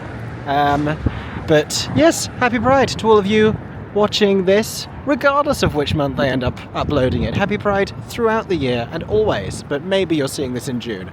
I'll be honest, you are probably not. We have reached our hotel, and this is our first time seeing it from this angle. It's the Godfrey Hotel, everybody. That's the rooftop bar area where we got a drink on our arrival. And there's a bit up on the side there that's glowing. And our room is somewhere. Our room is south facing. Midnight, not a sound from the pavements. In fact, that's only because it's very soundproof windows. We are back. Yay, we are. In our room at the Godfrey Hotel. I told them they had to be quiet while I filmed that. They're allowed to talk again now. We are back at the Godfrey Hotel. How are we feeling? How are we doing? How goes the Chicago trip so far? Chicago, E. That was not your best work, Kate. Like I said, go follow Kate Reinking. Thoughtful, profound content creator. Do you know what? I would have loved if Kate had said Illinois and they could have been like a musical. That's honestly not much better. We're having a lovely time. Having a great time here in Chicago. Yeah, looking forward to another day of activities, theatre, and hopefully our first deep dish pizza. You know, I think tomorrow. It's because Aaron and I conquered our fears of heights today, and so we're still running on adrenaline and trauma. Then you're in a perfect mood to see the musical 42 Balloons tomorrow, which ties in with some of that. More on that tomorrow. Good night. Go back. Good morning. Woo. Hello. Welcome back to another exciting day of our Chicago adventure. Today it is overcast. It is. It's grey, it's rainy, but that is okay. That is okay, because we are going inside an indoor aquarium. We are going to the Shed Aquarium. We are going to another attraction. I think we're going to do the Art Institute of Chicago today, which the theatre lovers among you, which I assume is all of you, may or may not know is the home of the Georges Seurat painting that inspired Sunday in the Park with George, that is depicted, the creation of which is depicted within Sunday in the Park with George. That's in Chicago. We're going to go and see it. That's very exciting. And then we're going to go see 42 Balloons, which is set in the 80s. And I thought this was kind of the right vibe. This is the Skater Planet long sleeve top that Aaron and I got at Kimberly Akimbo. It's also kind of 90s. My hair is 90s today. This is their boy band hair I should have done for the Kimberly Akimbo 90s birthday party, but it's all good. It's all fine. We're getting ready to go hit the mean streets of Chicago as pictured here. Specifically, we're going to get some McBreakfast. Possibly from this McDonald's. Leaving the stylish foyer of the Godfrey Hotel to step out onto the streets of Chicago where it is not currently raining. And for that, we thank the theatrical gods. Heading down to... Don't feel water anymore. What did I just say? Goodness sake. It's fine, we're about to step into a McDonald's. You found out the trivia thing about this McDonald's last night. What was it? It's the flagship McDonald's in Chicago. And it used to... Oh my god. Happening here at this modern Mediterranean restaurant. And at 11 a.m. And it used to be the rock and roll McDonald's that had a rock and roll exhibit. Wow! I don't think I even heard you say that last night. I heard exhibit. I did not hear the rock and roll part. Yeah, it was called the original rock and roll McDonald's, then just the rock and roll McDonald's, and it was opposite what was a Hard Rock Cafe. I was going to say, so from our window we can see the remnants of the Rainforest Cafe. Kate pointed that out, and what used to be the Hard Rock Hotel. So I have affectionately named Chicago the city where themed restaurants come to die. Anyway, gonna go get Mackie D's. Here it is, the former rock and roll McDonald's. You can just about tell that it's a McDonald's from the outside because of the golden arches up there. Otherwise, it kind of looks like an Apple store. And here is the breakfast of McChampions. I have an orange juice. I have a hash brown that is hotter than hell. I've got a biscuit rather than a McMuffin. This is an exciting American twist on an English McDonald's breakfast item. This is steak, egg and cheese with a copious amount of ketchup that I've added to it, but on a biscuit, the American version of a biscuit. This isn't a McVitie's. And Aaron's got his usual gluten-free, bunless, breadless, steak, egg and cheese breakfast salad. Sausage, egg and cheese. Sausage, egg and cheese. I apologise. With a McCoffee. Raining! McBreakfast is McDone. There it is. Heading over to the Red Line, heading down to the Shed Aquarium with 2 Ds. Which fish am I most excited to see? I don't think it's a fish, but the beluga whales I don't know if I've ever seen a beluga whale, and I'm excited about that. Aaron, which fish are you most excited for? Probably the whales. Probably the whales. Or the dolphins. There's supposedly a baby dolphin. There is supposedly a baby dolphin. Our friend Ashley from Chicago, different Ashley to New York Ashley, there's one in every state, but only one, told us that apparently a dolphin has recently been birthed, which is exciting, because I didn't even know what a baby dolphin looks like. Does it just look like a dolphin the size of a fish? I don't know. I don't know. What am I picturing? It's not right, whatever it is. We have made it down to the platform here at Grand, and there's an ad for the upcoming production of The Colour Purple at the Goodman Theatre. It starts performances on June 21st, everybody. Just saw a really chunky rat skulking around the tracks. It's like we're back in New York. Crossing by this big old park with a nice view of some of the Chicago skyline on this slightly foggy day. Now, the Shed Aquarium, like pretty much everything else that we're doing on this trip, came highly recommended by friends of ours as well as YouTube commenters. So thank you everyone for your input. We're having a great time so far. Plenty to do here in Chicago. We're here for Wednesday, Thursday, Friday, Saturday, technically Sunday, but not really. We're here for essentially a 4-day trip, and between the number of great shows and activities and restaurants, we honestly don't have quite enough time to fit everything in. So you could definitely do, I'd say, a week easy in Chicago. Plenty to occupy your time. But I hope that you enjoy looking at fish, because that's what's about to happen. There's a couple of places you can visit around here. There's a planetarium, as well as whatever that building is. The shed is undergoing a little bit of construction, but it is open and evolving, as this signage tells us, and we are encouraged to follow the fish. It's a man with fish statue. Google told me about that. But that is the building. You can see it is very large. This is the Field Museum, which we would probably visit if we had more time, because our friend Ashley from New York this time, New York Ashley, told us that the Field Museum is great. We have made it to the entrance of the Shed Aquarium and man with fish statue. Man with fish. Look at that man dancing with that fish. It's giving Strictly Ballroom, the unbreakable bond between man and fish.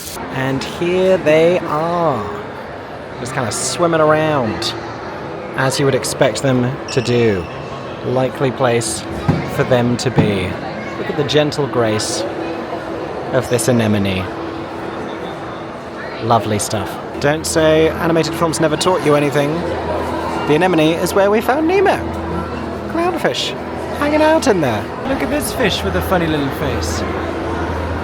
Hi. Hello. Fish over here, but in green. Look at this one, look at this one. Look, there is a thing of it here, and then the real gentleman. This tells me we have a white blotched river stingray. It's currently over here. That stingray could be in Boop. What's the line from The Dark Knight when an unstoppable force meets an immovable object? It's currently what's happening here. Oh, underneath. That's quite funny. Fish is like, oh, off I go. We got some big fish over here. There is also a snake. Hello. That thing you're hearing, meanwhile, is these parrots. They got a lot to say. Aaron and Kate found some really big fish. We got a turtle coming past, and this absolutely huge fish over there. Oh my gosh. That fish is huge. That's enormous. We got more stingray activity. These grumpy-faced fish just sort of hanging out on the bottom over here. That really shiny silver one. Turtle coming back past, wants to be involved. Wow. Frogs. We're the frogs. I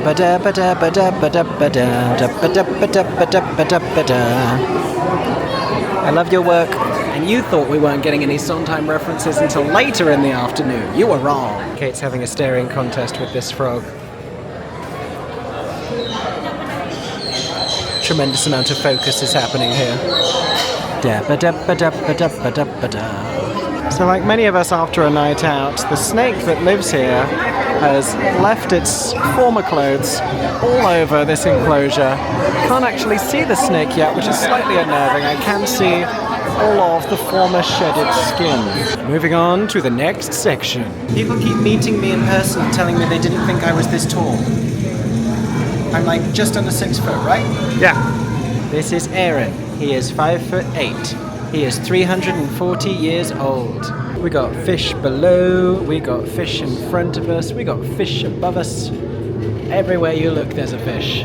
Got some garden eels poking up from the bottom there. I am searching for frogfish. Look at this choreography. Sharp, angular movements, uniform precision. It's Fosse, I'm gonna say it. It's Fosse.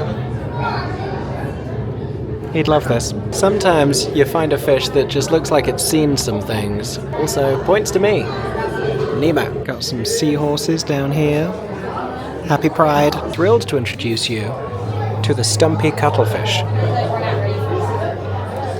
They've got a lot of character. I'm walking on stingrays, whoa! Of course, we also have lots of activities, lots of ways to engage, lots of sources of education, and information about conservation activity. Always very important. So, it's divided into different numbered sections. You can do it in any order you like, or you can do it in numerical order. We've done 1, 2, and 3. There are 10 sections in total, we think. Aaron James is doing some quality map reading down there behind me. Look, fish. So if any of you were in the market for nightmares you never knew you needed to have, these are Japanese giant spider crabs, and they're horrifying. This one's looking at me, I feel. Oh God, it's moving. Oh God. Oh God. I'm the greatest starfish. See all these Starfishes but those stars are in their multitudes. Scarce to be counted. Actually, they can. I'm pretty sure there's 5 of them. So, you know, not that scarce to be counted.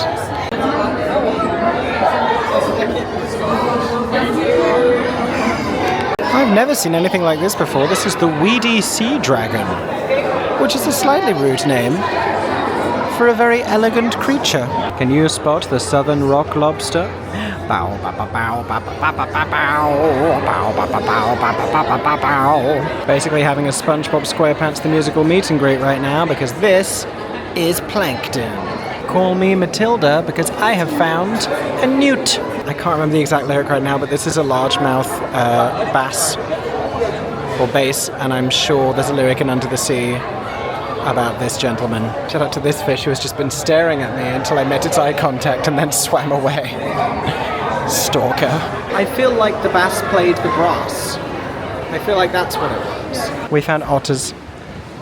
They're swimming around. There's one of them going for it at the moment. Oh! You ought to look closely. You ought to know. Suddenly Seymour, he don't give me orders. You don't condescend. Oh my gosh, I have definitely never seen a beluga whale before. Wow, they're huge. Hello, beluga. Look at their long noses. We're heading downstairs to get a better look at some of these animals.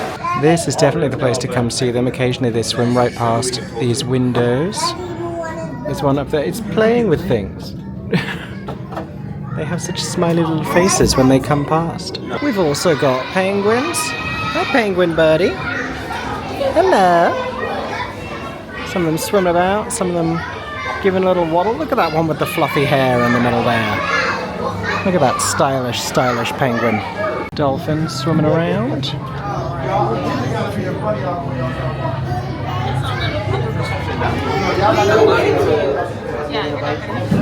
Found a great seat hanging out with some otters. Let me show you. Ooh. Little otters swimming around. Or big otters, I should say. We've come back to see more happy little belugas.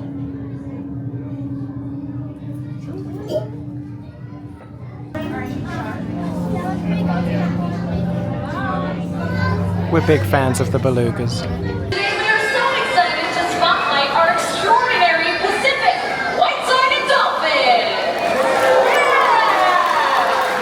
Obviously we were going to find a show to watch. Or to Now it's a 2-show day. So now let's And the first one's a matinee about dolphins. Their counter shading as only dolphins can.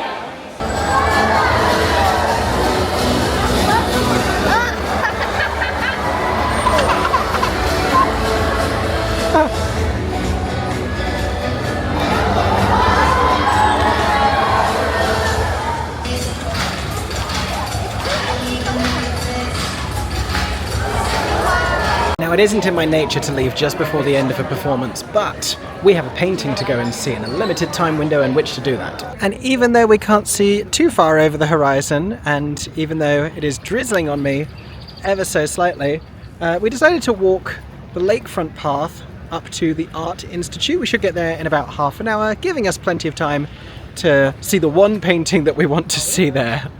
I dare say there's lots of other brilliant art at the Art Institute, but there's one that's particularly meaningful to us. You can see, I think that's the Adler Planetarium over there. We are walking on the right because we're in America now, and in there you can see where we just were.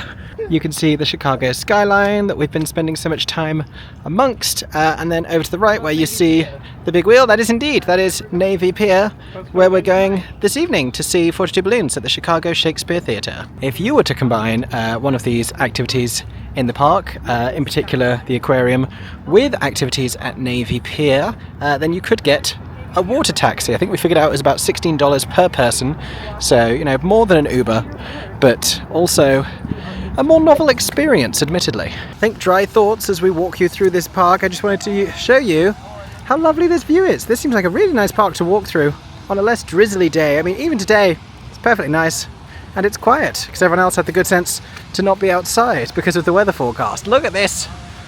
That is going. Balls to have such a high water fountain in a famously windy city. That is a choice being made. It's a really intense water feature, my goodness. We are approaching the Art Institute of Chicago, home of A Sunday Afternoon on the Island of by Georges Seurat. Obviously, it goes without saying we're gutted not to be here for NASCAR Chicago Street Race weekend. That was huge oversight in planning on our part. We're all devastated to realise not coinciding with that. However, we will find within us the strength to carry on. And if anyone is a NASCAR fan who happens to be watching my channel, first of all, please comment I'm fascinated. Second of all, I'm not judging you for your interests. We all have our Venn diagram crossovers that you might not expect.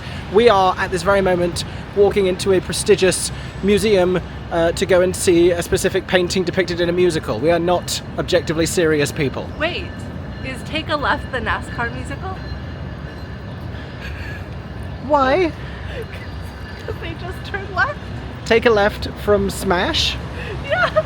The political music. It's not an actual left. It's a political musical. It should be politics and NASCAR. It's not about NASCAR. Okay, we're inside. We are looking for one specific painting, and I'm going to give you the guide on how to find that painting seamlessly, which means I also need to find that painting seamlessly. I'm thinking Impressionism? It's pointillism, but that's one is a movement, one is a style. Let's aim for that. Let's see what happens. So we're heading up this staircase immediately after the entrance.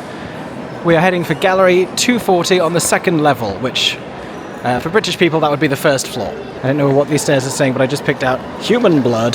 That's troubling. We just saw it, we just found it. It's over here, Just go like straight through the first room, out through the corridor on the other side, and it is there. Here it is. Here is the full thing. You will of course recognize this from the end of Act 1 tableau from Sunday in the Park with George, a musical depicting in its first act the creation of this very painting, a musical written by Stephen Sondheim and James Lapine. It won the Pulitzer Prize for Drama and originally starred on Broadway Mandy Patinkin and Bernadette Peters playing Dot. Pictured, according to the musical, just here, with the parasol and the monkey. You will recognize other familiar characters from the musical as well. The old lady, the girl looking for her glasses, and of course, the dog. So I've been told the thing to do, especially when seeing it for the first time, is to listen to Sunday in the Park with George, and I don't have headphones or earpods with me, so this is currently what's going on.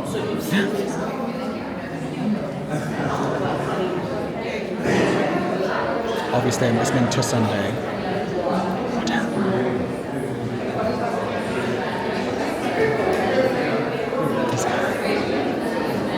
And while we're here, we also have this oil on canvas by Henri de Toulouse-Lautrec, of course depicted in Moulin Rouge. And this, another work of his, apparently once decorated the foyer of the Moulin Rouge itself. Goodbye. Making peace with the fact that we have not nearly enough time to explore the rest of the Art Institute of Chicago, we're going to go see some miniatures and then hit the gift shop. These are so cool. Don't they kind of look like theatre model box set designs? Yeah, I think that's why I like them. Yeah. I love scenic design. Let's go around and decide a play that should be in each one. This is Arcadia. Actually, no, this is Arcadia. No, this is, oh, I lost it. Not the Cherry Orchard. Oh yeah, that absolutely is the Ferryman. Yeah, that's kind of what it looked like as well. I do love that you can see outside, and that's something I like about, but they create outside the same way they do for Broadway stages. Like, that's created using the same little cleverness. This I just instantly knew was Hedda Gabler. Don't ask me why. I mean, it's South Carolina, so it really probably ought to be more Tennessee Williams than anything else. I guess you could do Cat on a Hot Tin Roof in here. I guess you could. What's this one, Kate? It's getting appropriate a little bit with the staircase. Ooh, this one's California. This is this is more Who's Afraid of Virginia Woolf kind of esque. I was going to say the start of Merrily We Roll Along. That too. Now we're into the European section. This is an English reception room from the Jacobean period. I feel right at home. Obviously, we're going to take a playbill photo, even at a museum. Always.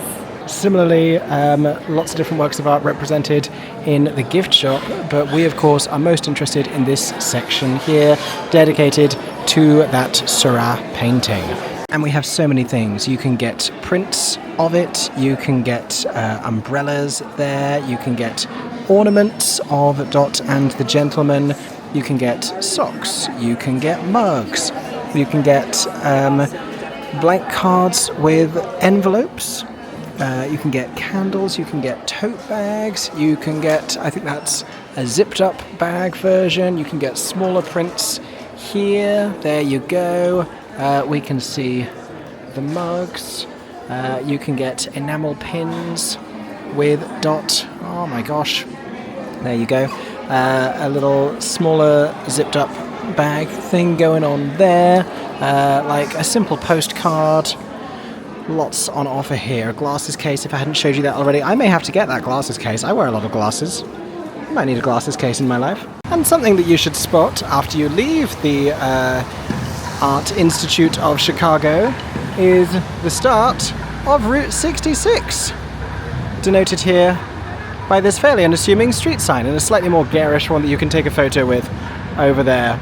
But this one feels a little more authentic. There you go. Get your kicks on Route 66, if you so wish. And we nearly forgot about it, but we are heading up through Millennium Park with its many fascinating art installations to go and see a particularly iconic one.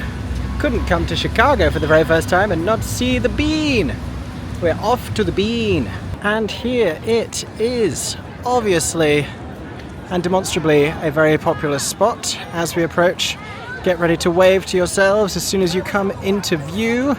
The reflection goes quite far back, so I should be able to see myself already.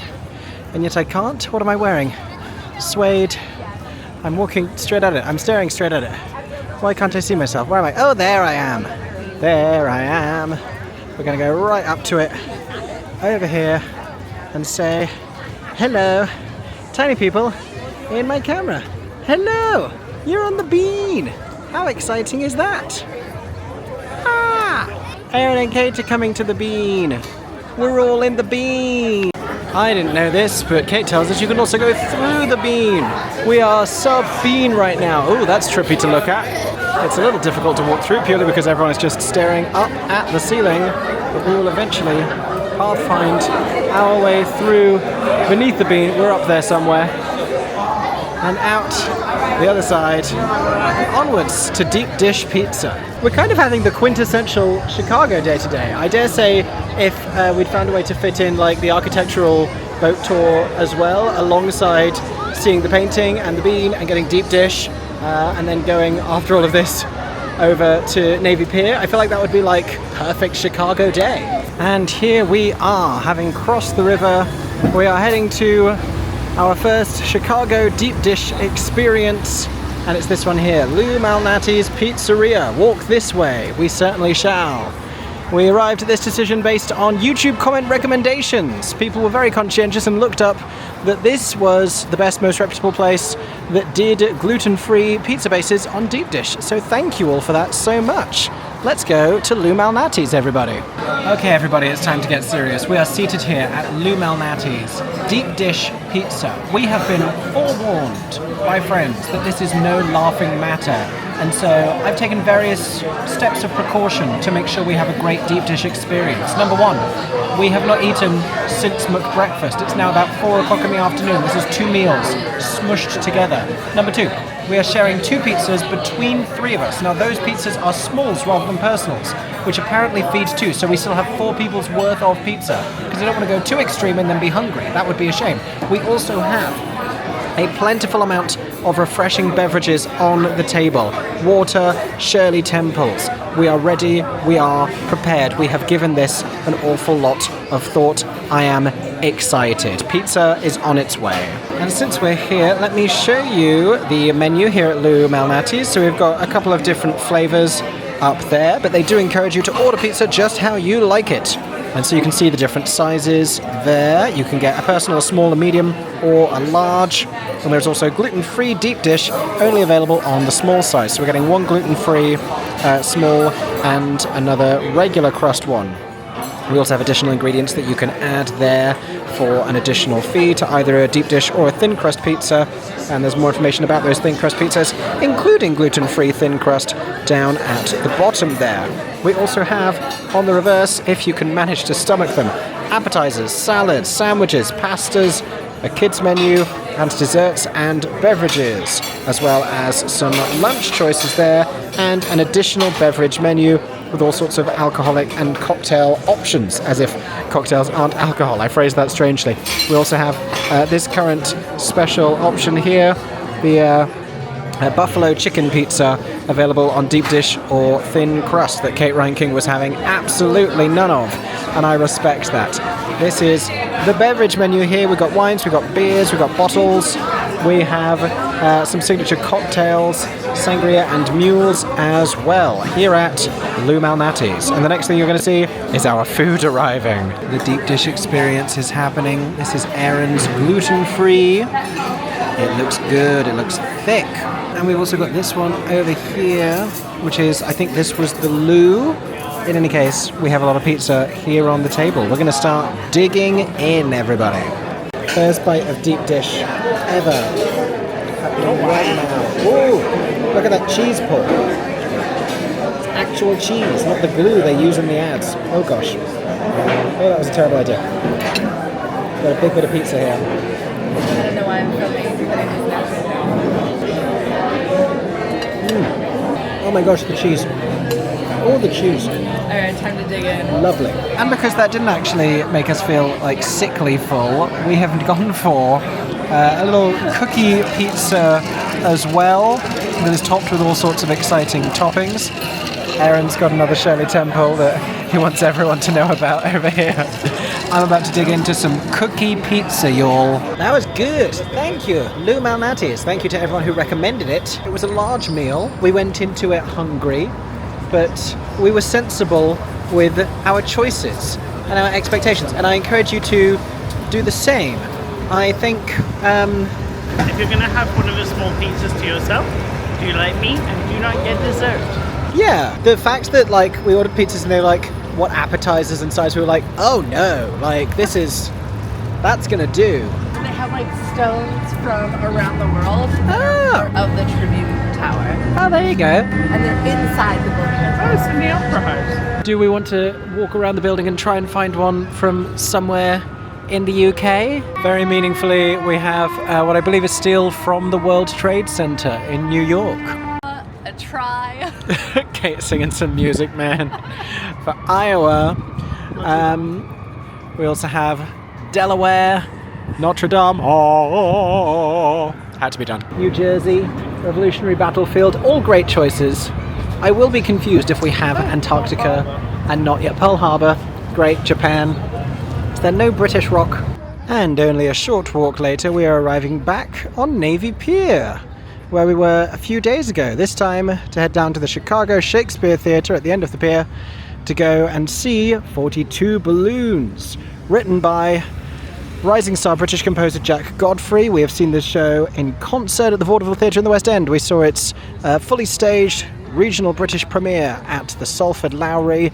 Now we are very excited to be here for a performance of this, its North American premiere at the Chicago Shakespeare Theatre. The show stars a new cast led by the same two principal performers, Charlie and Evie, who have been with the show for much of its public development. I had Jack Godfrey as a guest at my cabaret show a few months ago, where he confirmed that with this and with another of his new musicals, Babies, he was continuing to develop the material. I think there is a new song in this production. I've been told there are multiple changes, so I'm excited to hear that, as well as all of the familiar stuff, and just to enjoy all of that again. That thing you're seeing is the Ferris wheel as seen from the side, and that thing you're hearing is live music at the pier, which this evening is Meg and the Wheelers just getting started, I think, at 6:30. Chicago Shakespeare Theatre. Lovely, lovely. I think we get a much better view from this up the stairs there. Here is some signage for 42 Balloons, which I spotted the other day, and a lovely little bit of Shakespeare as well. And even more signage up here for 42 Balloons. Oh yeah, 5 stars from the stage. A lovely little rooftop area that you could also, from just where we were down there, you could walk up the steps. But that takes you into the theatre. This, I guess, is the yard. You can see the Navy Pier Ferris wheel. You can see the slightly foggy Chicago skyline today. And you've got a fantastic view of this here. Occasionally they have fireworks going off, I think, over the bay here, I believe. I've seen pictures of that on social media, and I've seen that as the backdrop to this particular sign. So I think it's in this direction, possibly not today. This lobby installation here has been created by 42 Balloons balloon partner Luftballon, and look how cool it looks. Look at all of these balloons going on around here. Ooh, follow the balloons, follow all of the balloons. I suspect there are just slightly more than 42 of them, and that's very cute, a single balloon rising out of it. We've also got a cute little merchandise selection here, the most merchandise I've ever seen for this show on its lifetime. You can get t-shirts, hoodies, travel mugs, magnets, lapel pins, pin sets, and tote bags. And you can see here the hoodie that has the periodic table symbol for helium on the front and 42 balloons on the back. You've got helium and 42 balloons on the travel mug as well. You can see the tote bag with some dates and stats. This is all, of course, based on a true story. We've also got the 42 Balloons t-shirt that has a balloon graphic on the back and says, "We could be foolish, we could be clueless, we could succeed." And then you've got the magnet, the lapel pin, and the pin set down there as well. And just next to that here at the bar, as well as all of the standard options, we also do have a specialty cocktail. You know I'm excited to see these. And that is the Larry's Lawn Chair Margarita, tequila, lime, watermelon liqueur, simple syrup, and seltzer for just $14. And a non-alcoholic version is also available. Now that we are inside the auditorium and you're hearing an 80s themed pre-show playlist, currently with Olivia Newton-John, we can notice that it seems in configuration and auditorium styled after venues like the RSC, or like the multiple playing spaces at the RSC. Also a little bit familiar of theatres like the Bridge, like the Salford Lowry, actually, as well as, what else is this reminding me of? The answer is, can't remember. They're not exactly playbills, but they are complimentary programs here from the Chicago Shakespeare Theatre. This is our view. We're on this first little gallery level here in row A, seats 33, 34 and 35. And this is our perfect view of the stage. We've got this little preset going on here. Okay, how are the drinks? It's very nice. How are the drinks? The Larry's Launch and margaritas, the specialty cocktails. It feels quite LA. What's a good margarita? With 42 ice cubes. There's so many ice cubes. There probably is 42 ice cubes. There's absolutely not. I mean, I can see at least 10 at the top. There's absolutely not 42 ice cubes. 1, 2, 3, 4, 6. That'd have to be 4. See what I mean? There probably is. I don't think there's 42 ice cubes. I've never been good at guessing the number of things in the jar. You can see like 10. It's good. It's got just like a little kick. I like a fairly lightweight margarita, and that's what this is. It's nice. It's like summery, refreshing.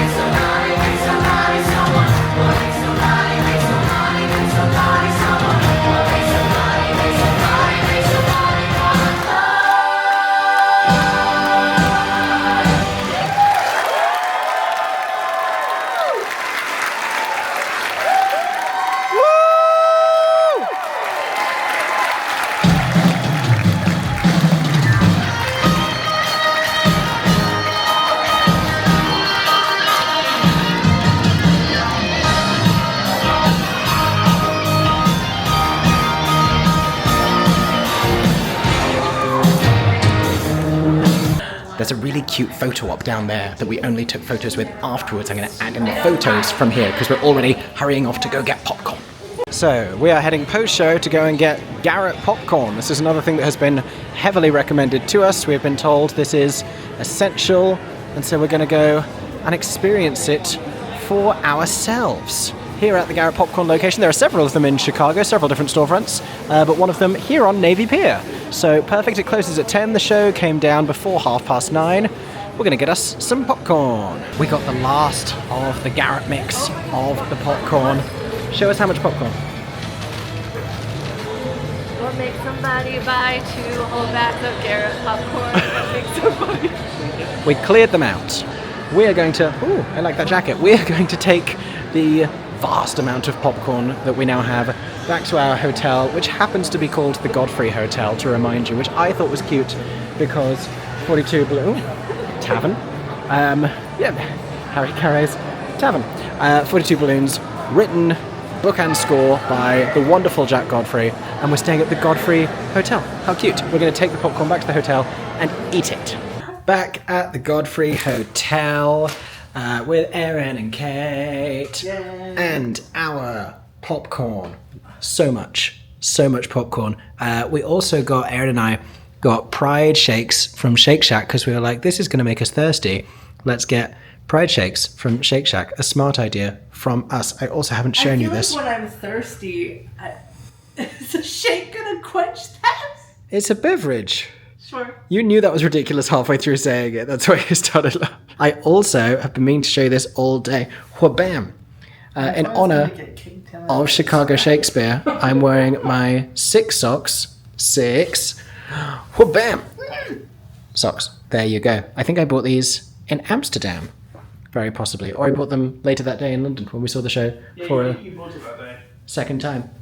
It's been an amazing, like an almost perfect Chicago day. We've had deep dish for the first time. We saw the Bean. We saw the start of Route 66. We saw the Sunday in the Park with George painting at the Art Institute. We did the Shed Aquarium. We saw the beluga whales. It's been an amazing day. 42 Balloons, the show pretty much that we came here for. It was so cool to get to see it. It's had updates, there's new music, there's a lot of new cast members, there's a lot of news that the whole of the second act is staged in a completely different way.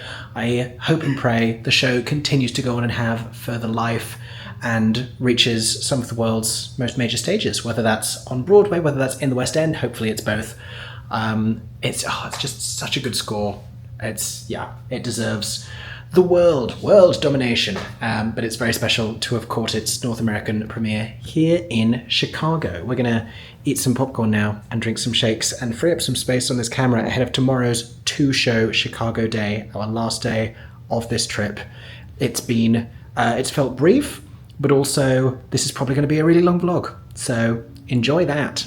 I will see you in the morning. But before that, I will briefly tell you, having now tasted the Garrett's popcorn mix, this is a wild combination of flavors.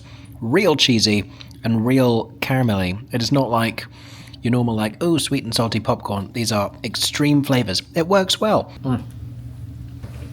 In honor of our imminent return to New York, a banana pudding milkshake with Pride sprinkles with donations to GLAAD. Documenting this, good morning by the way, just so everyone knows, this is me, dressed, done, ready to go out and face another exciting day here in Chicago. And these are my theatrical colleagues.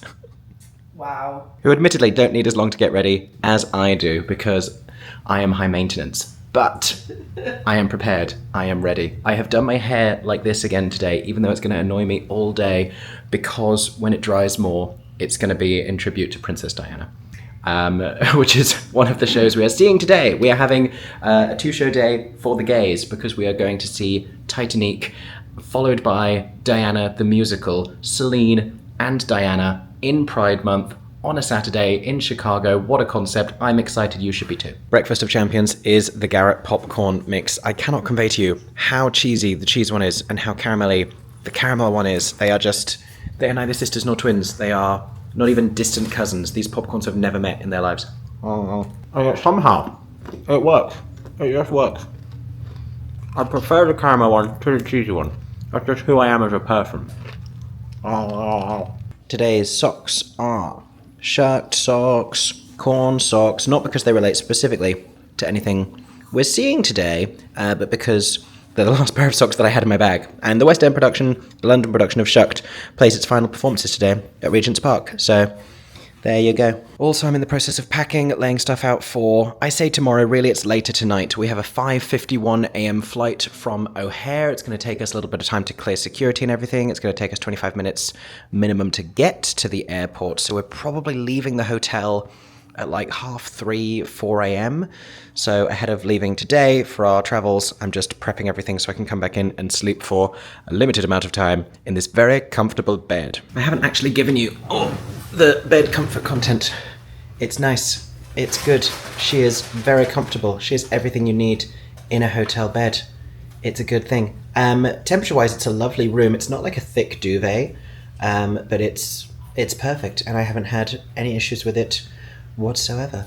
So, doing good for us is the Godfrey Hotel in Chicago. We have one more night, kind of. We could have gone straight to the airport and probably not got a hotel for tonight post-show, but that would have been a little bit stressful and miserable, so I'm glad to be having even a few hours of sleep. Even like the 3 hours of sleep we're probably going to get. 3.5, maybe 4.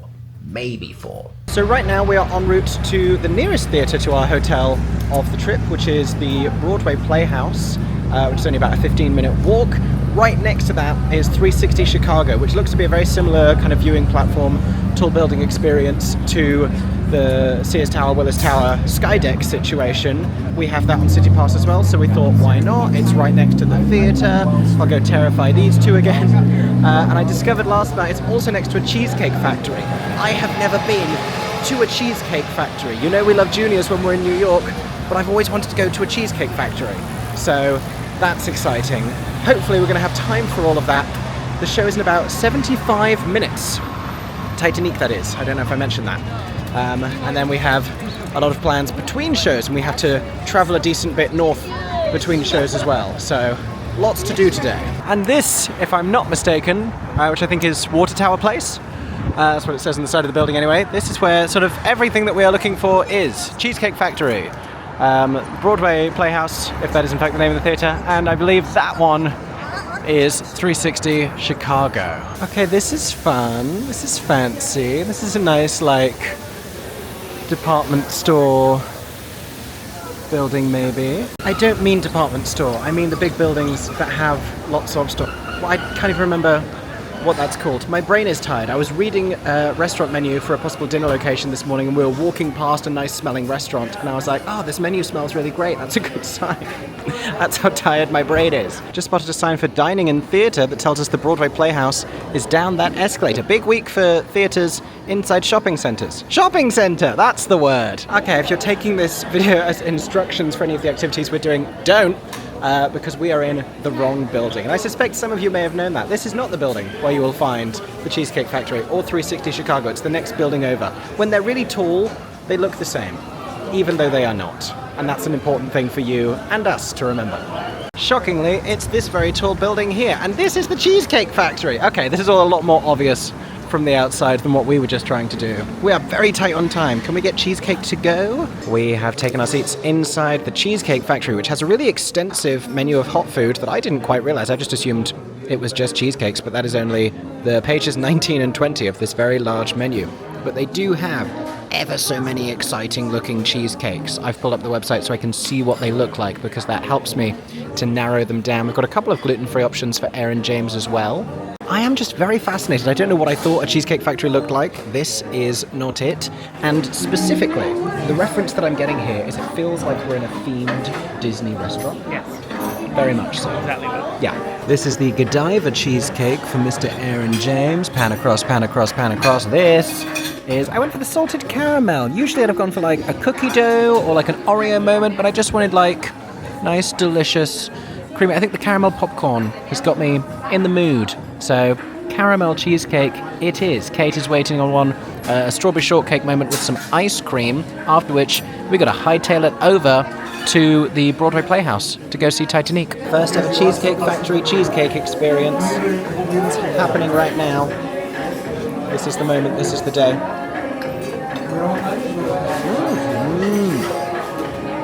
Oh my god, that's so creamy. Delicious.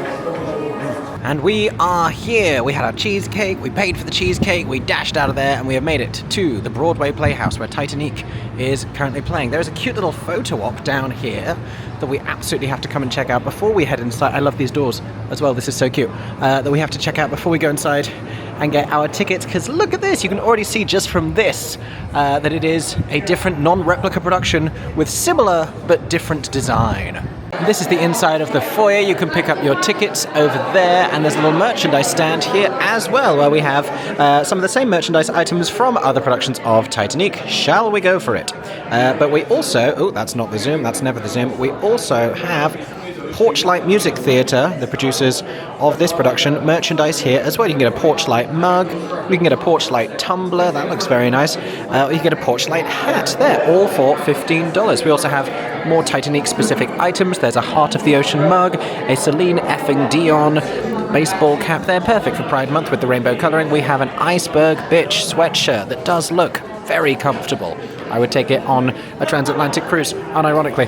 And you also, what else do we have? We have some tall shot glasses. We have a tote bag there with a line from the show. A couple more t-shirts as well. Some Titanique merch. Who would not want Titanique merch? There's also over here as well another little photo opportunity. Overhead lighting. I am not the biggest fan of, so I think the one outside is slightly more fun. But I like that they have this as another option as well. Highlighting simultaneously Titanique, Broadway in Chicago, and Porchlight Music Theatre. I see a little thing here for a specialty beverage. The Heart of the Ocean cocktail has vodka, citrus liqueur, and lemon lime soda. Your heart will go on for our specialty cocktail. How could it not? And finally, I've also spotted this here. At this performance, the role of background singer will be played by Jordan Douglas Ellis. How fun! How exciting! I do like the design of the exterior of this foyer space that it creates through pointillism, basically. Shout out to you, Georges Seurat. The image of audience members clapping in their seats, and it can be seen from afar. It reminds me a little bit of the auditorium of the Hayes Theatre, and then as you approach it, the image becomes less distinct because it's just a series of differently shaped little holes. And now an animation of all those audience members getting Thanos snapped into dust. Wow. Fun fact, we had plenty of time. We had plenty of time. We had so much time. We're now just standing around for another 20 minutes. I think we actually could go into the theater. We should do that. Let's absolutely do it. And now here we are in the auditorium, where you actually see some of that same design that I've decided is not in fact pointillism. It's whatever like Roy Lichtenstein did. But this is our view of the stage, which looks not like a cheaper non-replica version of the show. Often when you get non-replica productions, it's because they don't want to pay for the original licensed designs and everything. But this just looks different, maybe even a little grander with all the gold. So I'm really intrigued as to what motivated this being a non-replica production, and I'm excited to find out more about it. We are in C123, which are fantastic seats on the aisle here. We've got playbills, pride bills in fact, because it's the month of June, and there is nothing that makes more sense than a Titanique pride bill because of how deliciously gay this show is. We are also sat near to some steps, if you can see just there, so people are going to be entering the stage area. We knew that about the show already, and I think there's sometimes some audience participation, so we will find out just how involved we're going to be with Titanique today. But this is the Broadway Playhouse space on one level, going back up on a lovely rake with lots of aisles, comfortable seats, and we are anticipating a lovely theatrical experience. Smooth sailing this afternoon, everybody.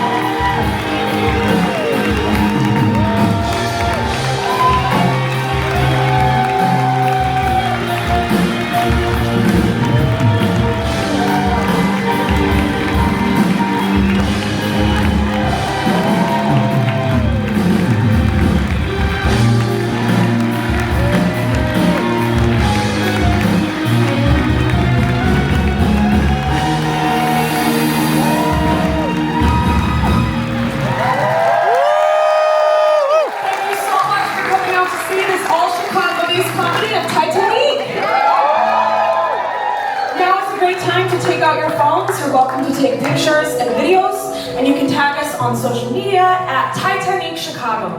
And a word from your Ruth, Rob. Hi there, everybody. Happy Pride Month. In honor of Pride Month, we're going to be collecting for Season of Concern. It's a great organization. If you don't know about it, it started in 1987 as a direct response to the AIDS and HIV crisis. Since then, through generosity from audience members like yourself, they've expanded their reaches. But today, now, funding for HIV preventative medication and maintenance drugs it's being stripped away daily, and it's a scary time. So anything you could donate to Season of Concern will help make sure that Chicago theater makers are never suffering alone and get the health care that they need to survive and thrive and keep bringing you art. And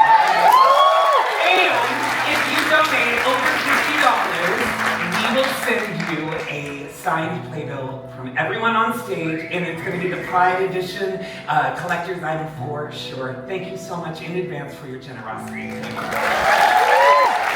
There are QR codes in the lobby that you can scan to donate, and as Rob says, no donation is too big or too big. So we have one more song for you that we would like to dedicate to the memory of those that were on the Titanic, and if you know the words, please sing along with us. I think you know the words, because let's face it, most of you here today are gay!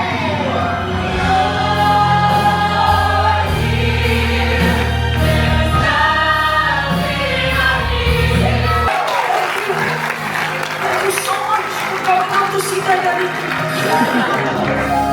They crossed their street from the Cheesecake Factory.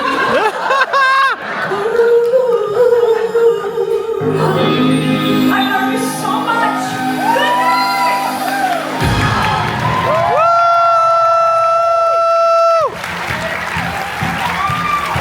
night. Okay, we had a great time at non-replica Titanique in Chicago, and then we got straight in an Uber and headed up to Andersonville, which is just north of central Chicago, where Midsummer Fest is something that is happening today, which I think is a entertainment adjacent or solely entertainment and arts festival that has closed down the main street here. There's also a theatrical bookshop called The Understudy that we want to visit, and we have about an hour to do all of this before heading on to go have dinner with a friend before Diana. This is a packed two-show day, everybody. We didn't get time to do 360 Chicago, but we've already gone up a tall building this week. We'll be fine.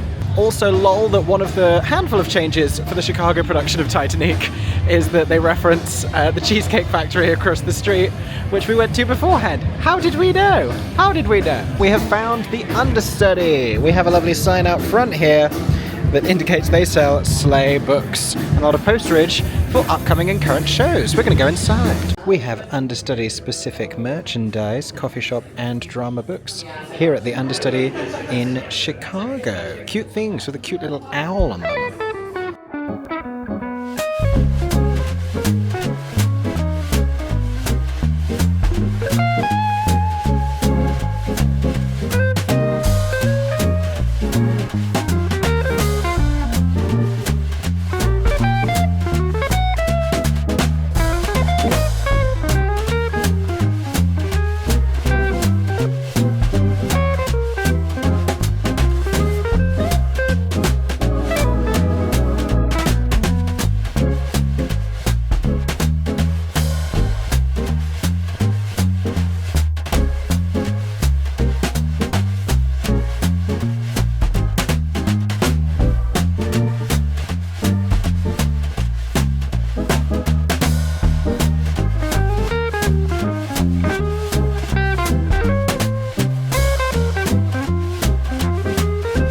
So Kate's just found Kimberly Akimbo, the play, written by the book writer of the musical David Lindsay of Bear.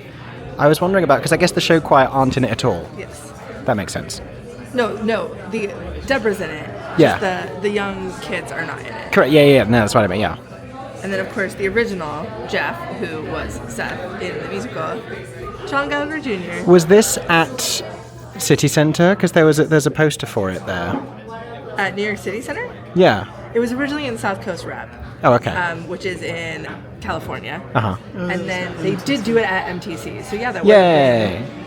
Well, you saw it when we went to go see We Had a World. Yeah. And they got Steyer as Deborah. Oh my god, that would have been iconic. Yeah. And attached to the bookstore there is also a cafe here at the Understudy where they post Polaroids of all of their staff members under cast list and where they have seasonal specials including the Spring Awakening. I love this place. And they have a load of gluten-free sweet treat options as well. How fun!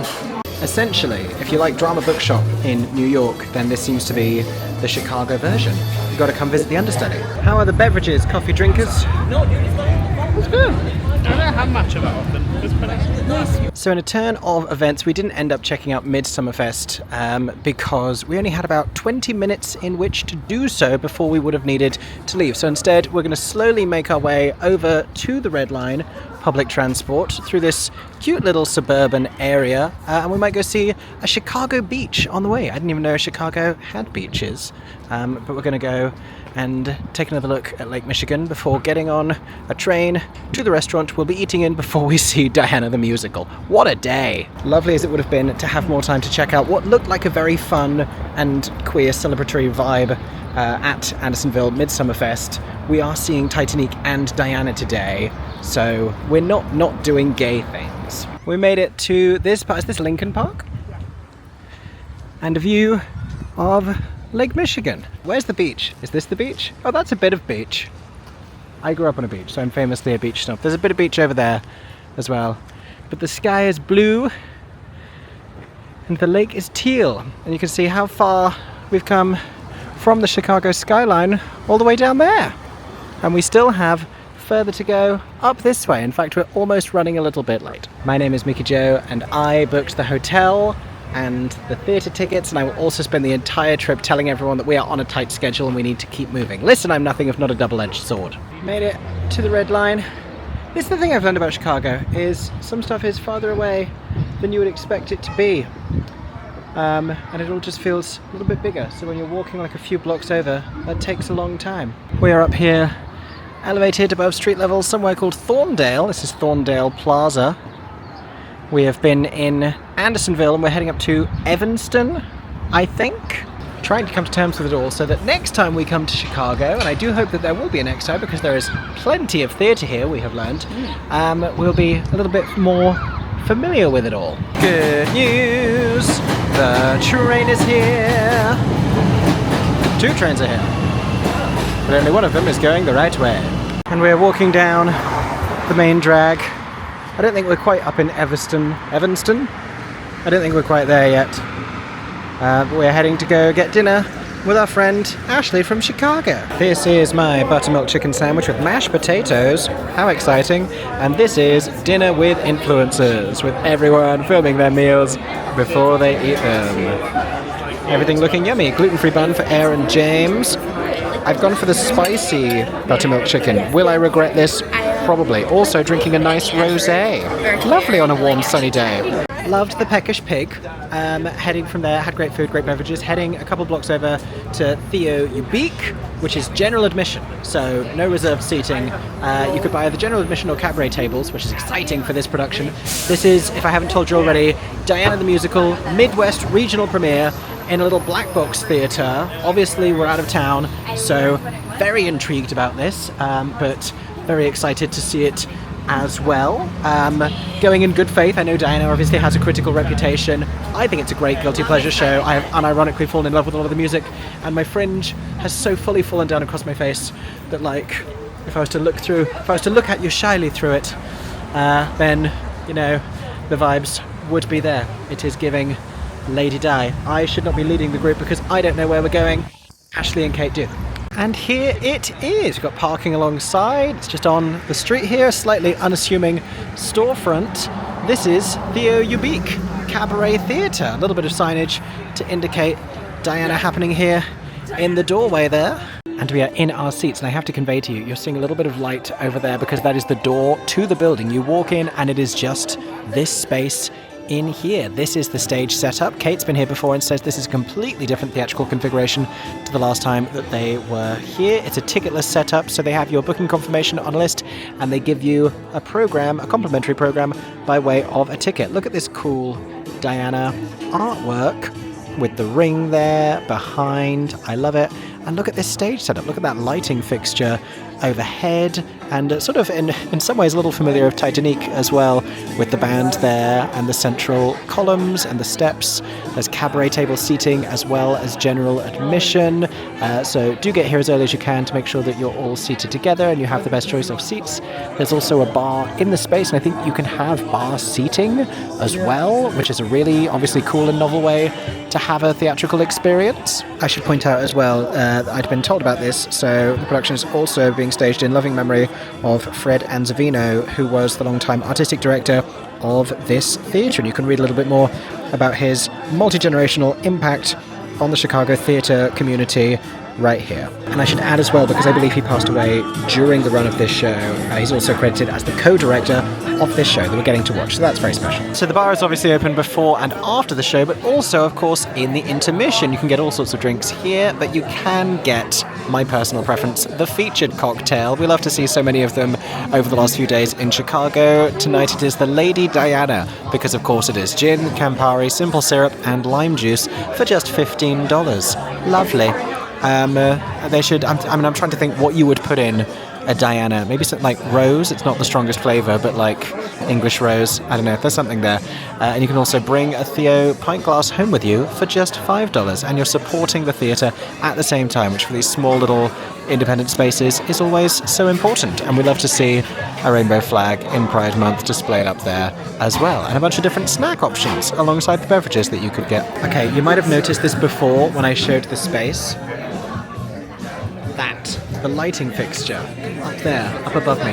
What is that? Is that something? I'm trying to think what that is and what that's representing, other than just like a fun light style.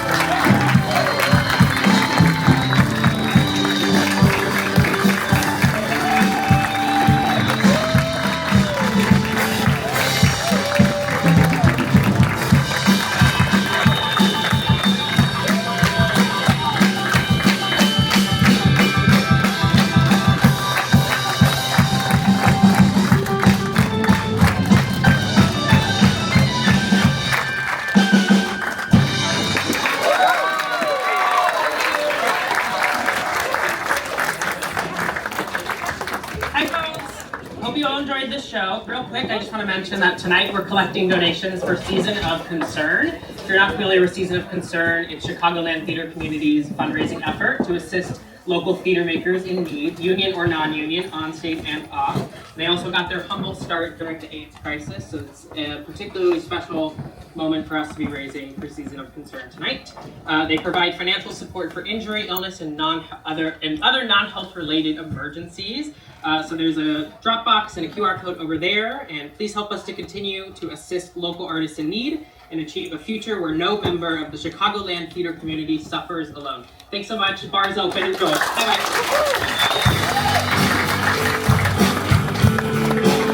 Leaving the theatre, which is even more staggering, and a moment when it's just that one space that you've been in the entire time. We have stepped out of that space, heading back to the Red Line to go back to the hotel to get a couple hours sleep before our flight back to New York, away from this magical and wonderful Chicago journey. That was a delightful, hysterical, charming last show, and nice to see something created here, like not written in Chicago obviously, but created here, local cast. We've seen a couple things today that feel a lot more Chicago developed, more so than the British written show that has come here for its US regional premiere, more so than the Broadway tour that is touring around the country, and I guess the Aurora production of Cats as well. But it's nice to see a mixture of a bunch of different things in a bunch of different spaces, and I would encourage you to do that as well. If you're traveling somewhere like we were to go and see something specific,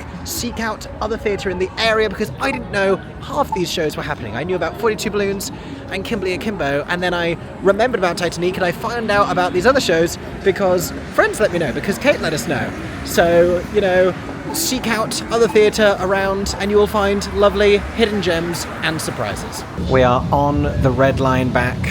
Our friend Ashley just got off but told us that we're going to see Wrigley Field at some point that way. There it is. That is Wrigley Field, everybody. It's a big deal. I imagine it looks like more by daylight. Oh, you can glimpse into it there. There you go, there you go. And so here we are, getting ready to conclude our time in Chicago. I think I'm going to give you the grace of ending the vlog here and not dragging you to the airport with us at 4 a.m. I might give you a cheeky little epivlog to see us looking shattered or missing our flight. Honestly, who knows? Let's not manifest that. We're not missing our flight. We're not missing our flight. Everything's gonna be fine. We're gonna be good. Shall we do, like, not favourite necessarily, but most surprising show of the trip? Ooh. Anybody? They were all surprising in their own ways. This is hard to pick. There was much surprise. So much surprise. And I really didn't know what to expect with a lot of the theatres, specifically like with the scale. There were some I thought were going to be much bigger, and then there were some I thought were going to be smaller, but pleasant surprises all around, with like the circus cats are playing a lot on my mind. I think the biggest surprise is that I enjoy them all so much. Yeah. I just had a good time at every show. Everything was good. It was just good vibes. I enjoyed everything we ate, everything we did. We had a great time here in Chicago, and with so many great shows. What is this car doing? That car is not well. With so many great shows and so many other theatres that didn't even like have shows on at the moment, and a lot of other things alongside that we would have gone to see, like that immersive $1 Million quartet that we're hearing great things about, like The Colour Purple coming later this month to the Goodman, like that Aurora youth production of The Lightning Thief, and the play that's on at Steppenwolf. Like, there is plenty for you to come and see in Chicago. If you are local, if you are nearby, make sure to check out all of this amazing theatre, like alongside the brilliant national tours and the stuff that comes through here and the pre-Broadway shows. But if you've never thought about visiting Chicago before, this is your sign to visit Chicago. We had a fantastic time. Thank you for joining us. Let me know your favourite part of the vlog in the comment section down below, and I will see you next time for whatever the next adventure is going to be. For me, it's going to be sleeping on a plane. So that's what I have to look forward to.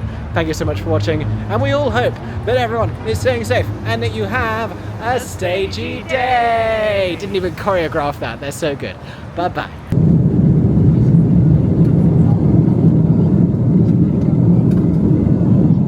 Bye, Chicago.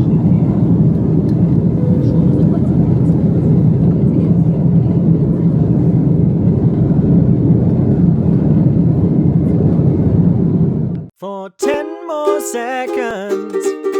I'm MickeyJoTheatre. Oh my god, hey. Thanks for watching, have a stagey day. Subscribe!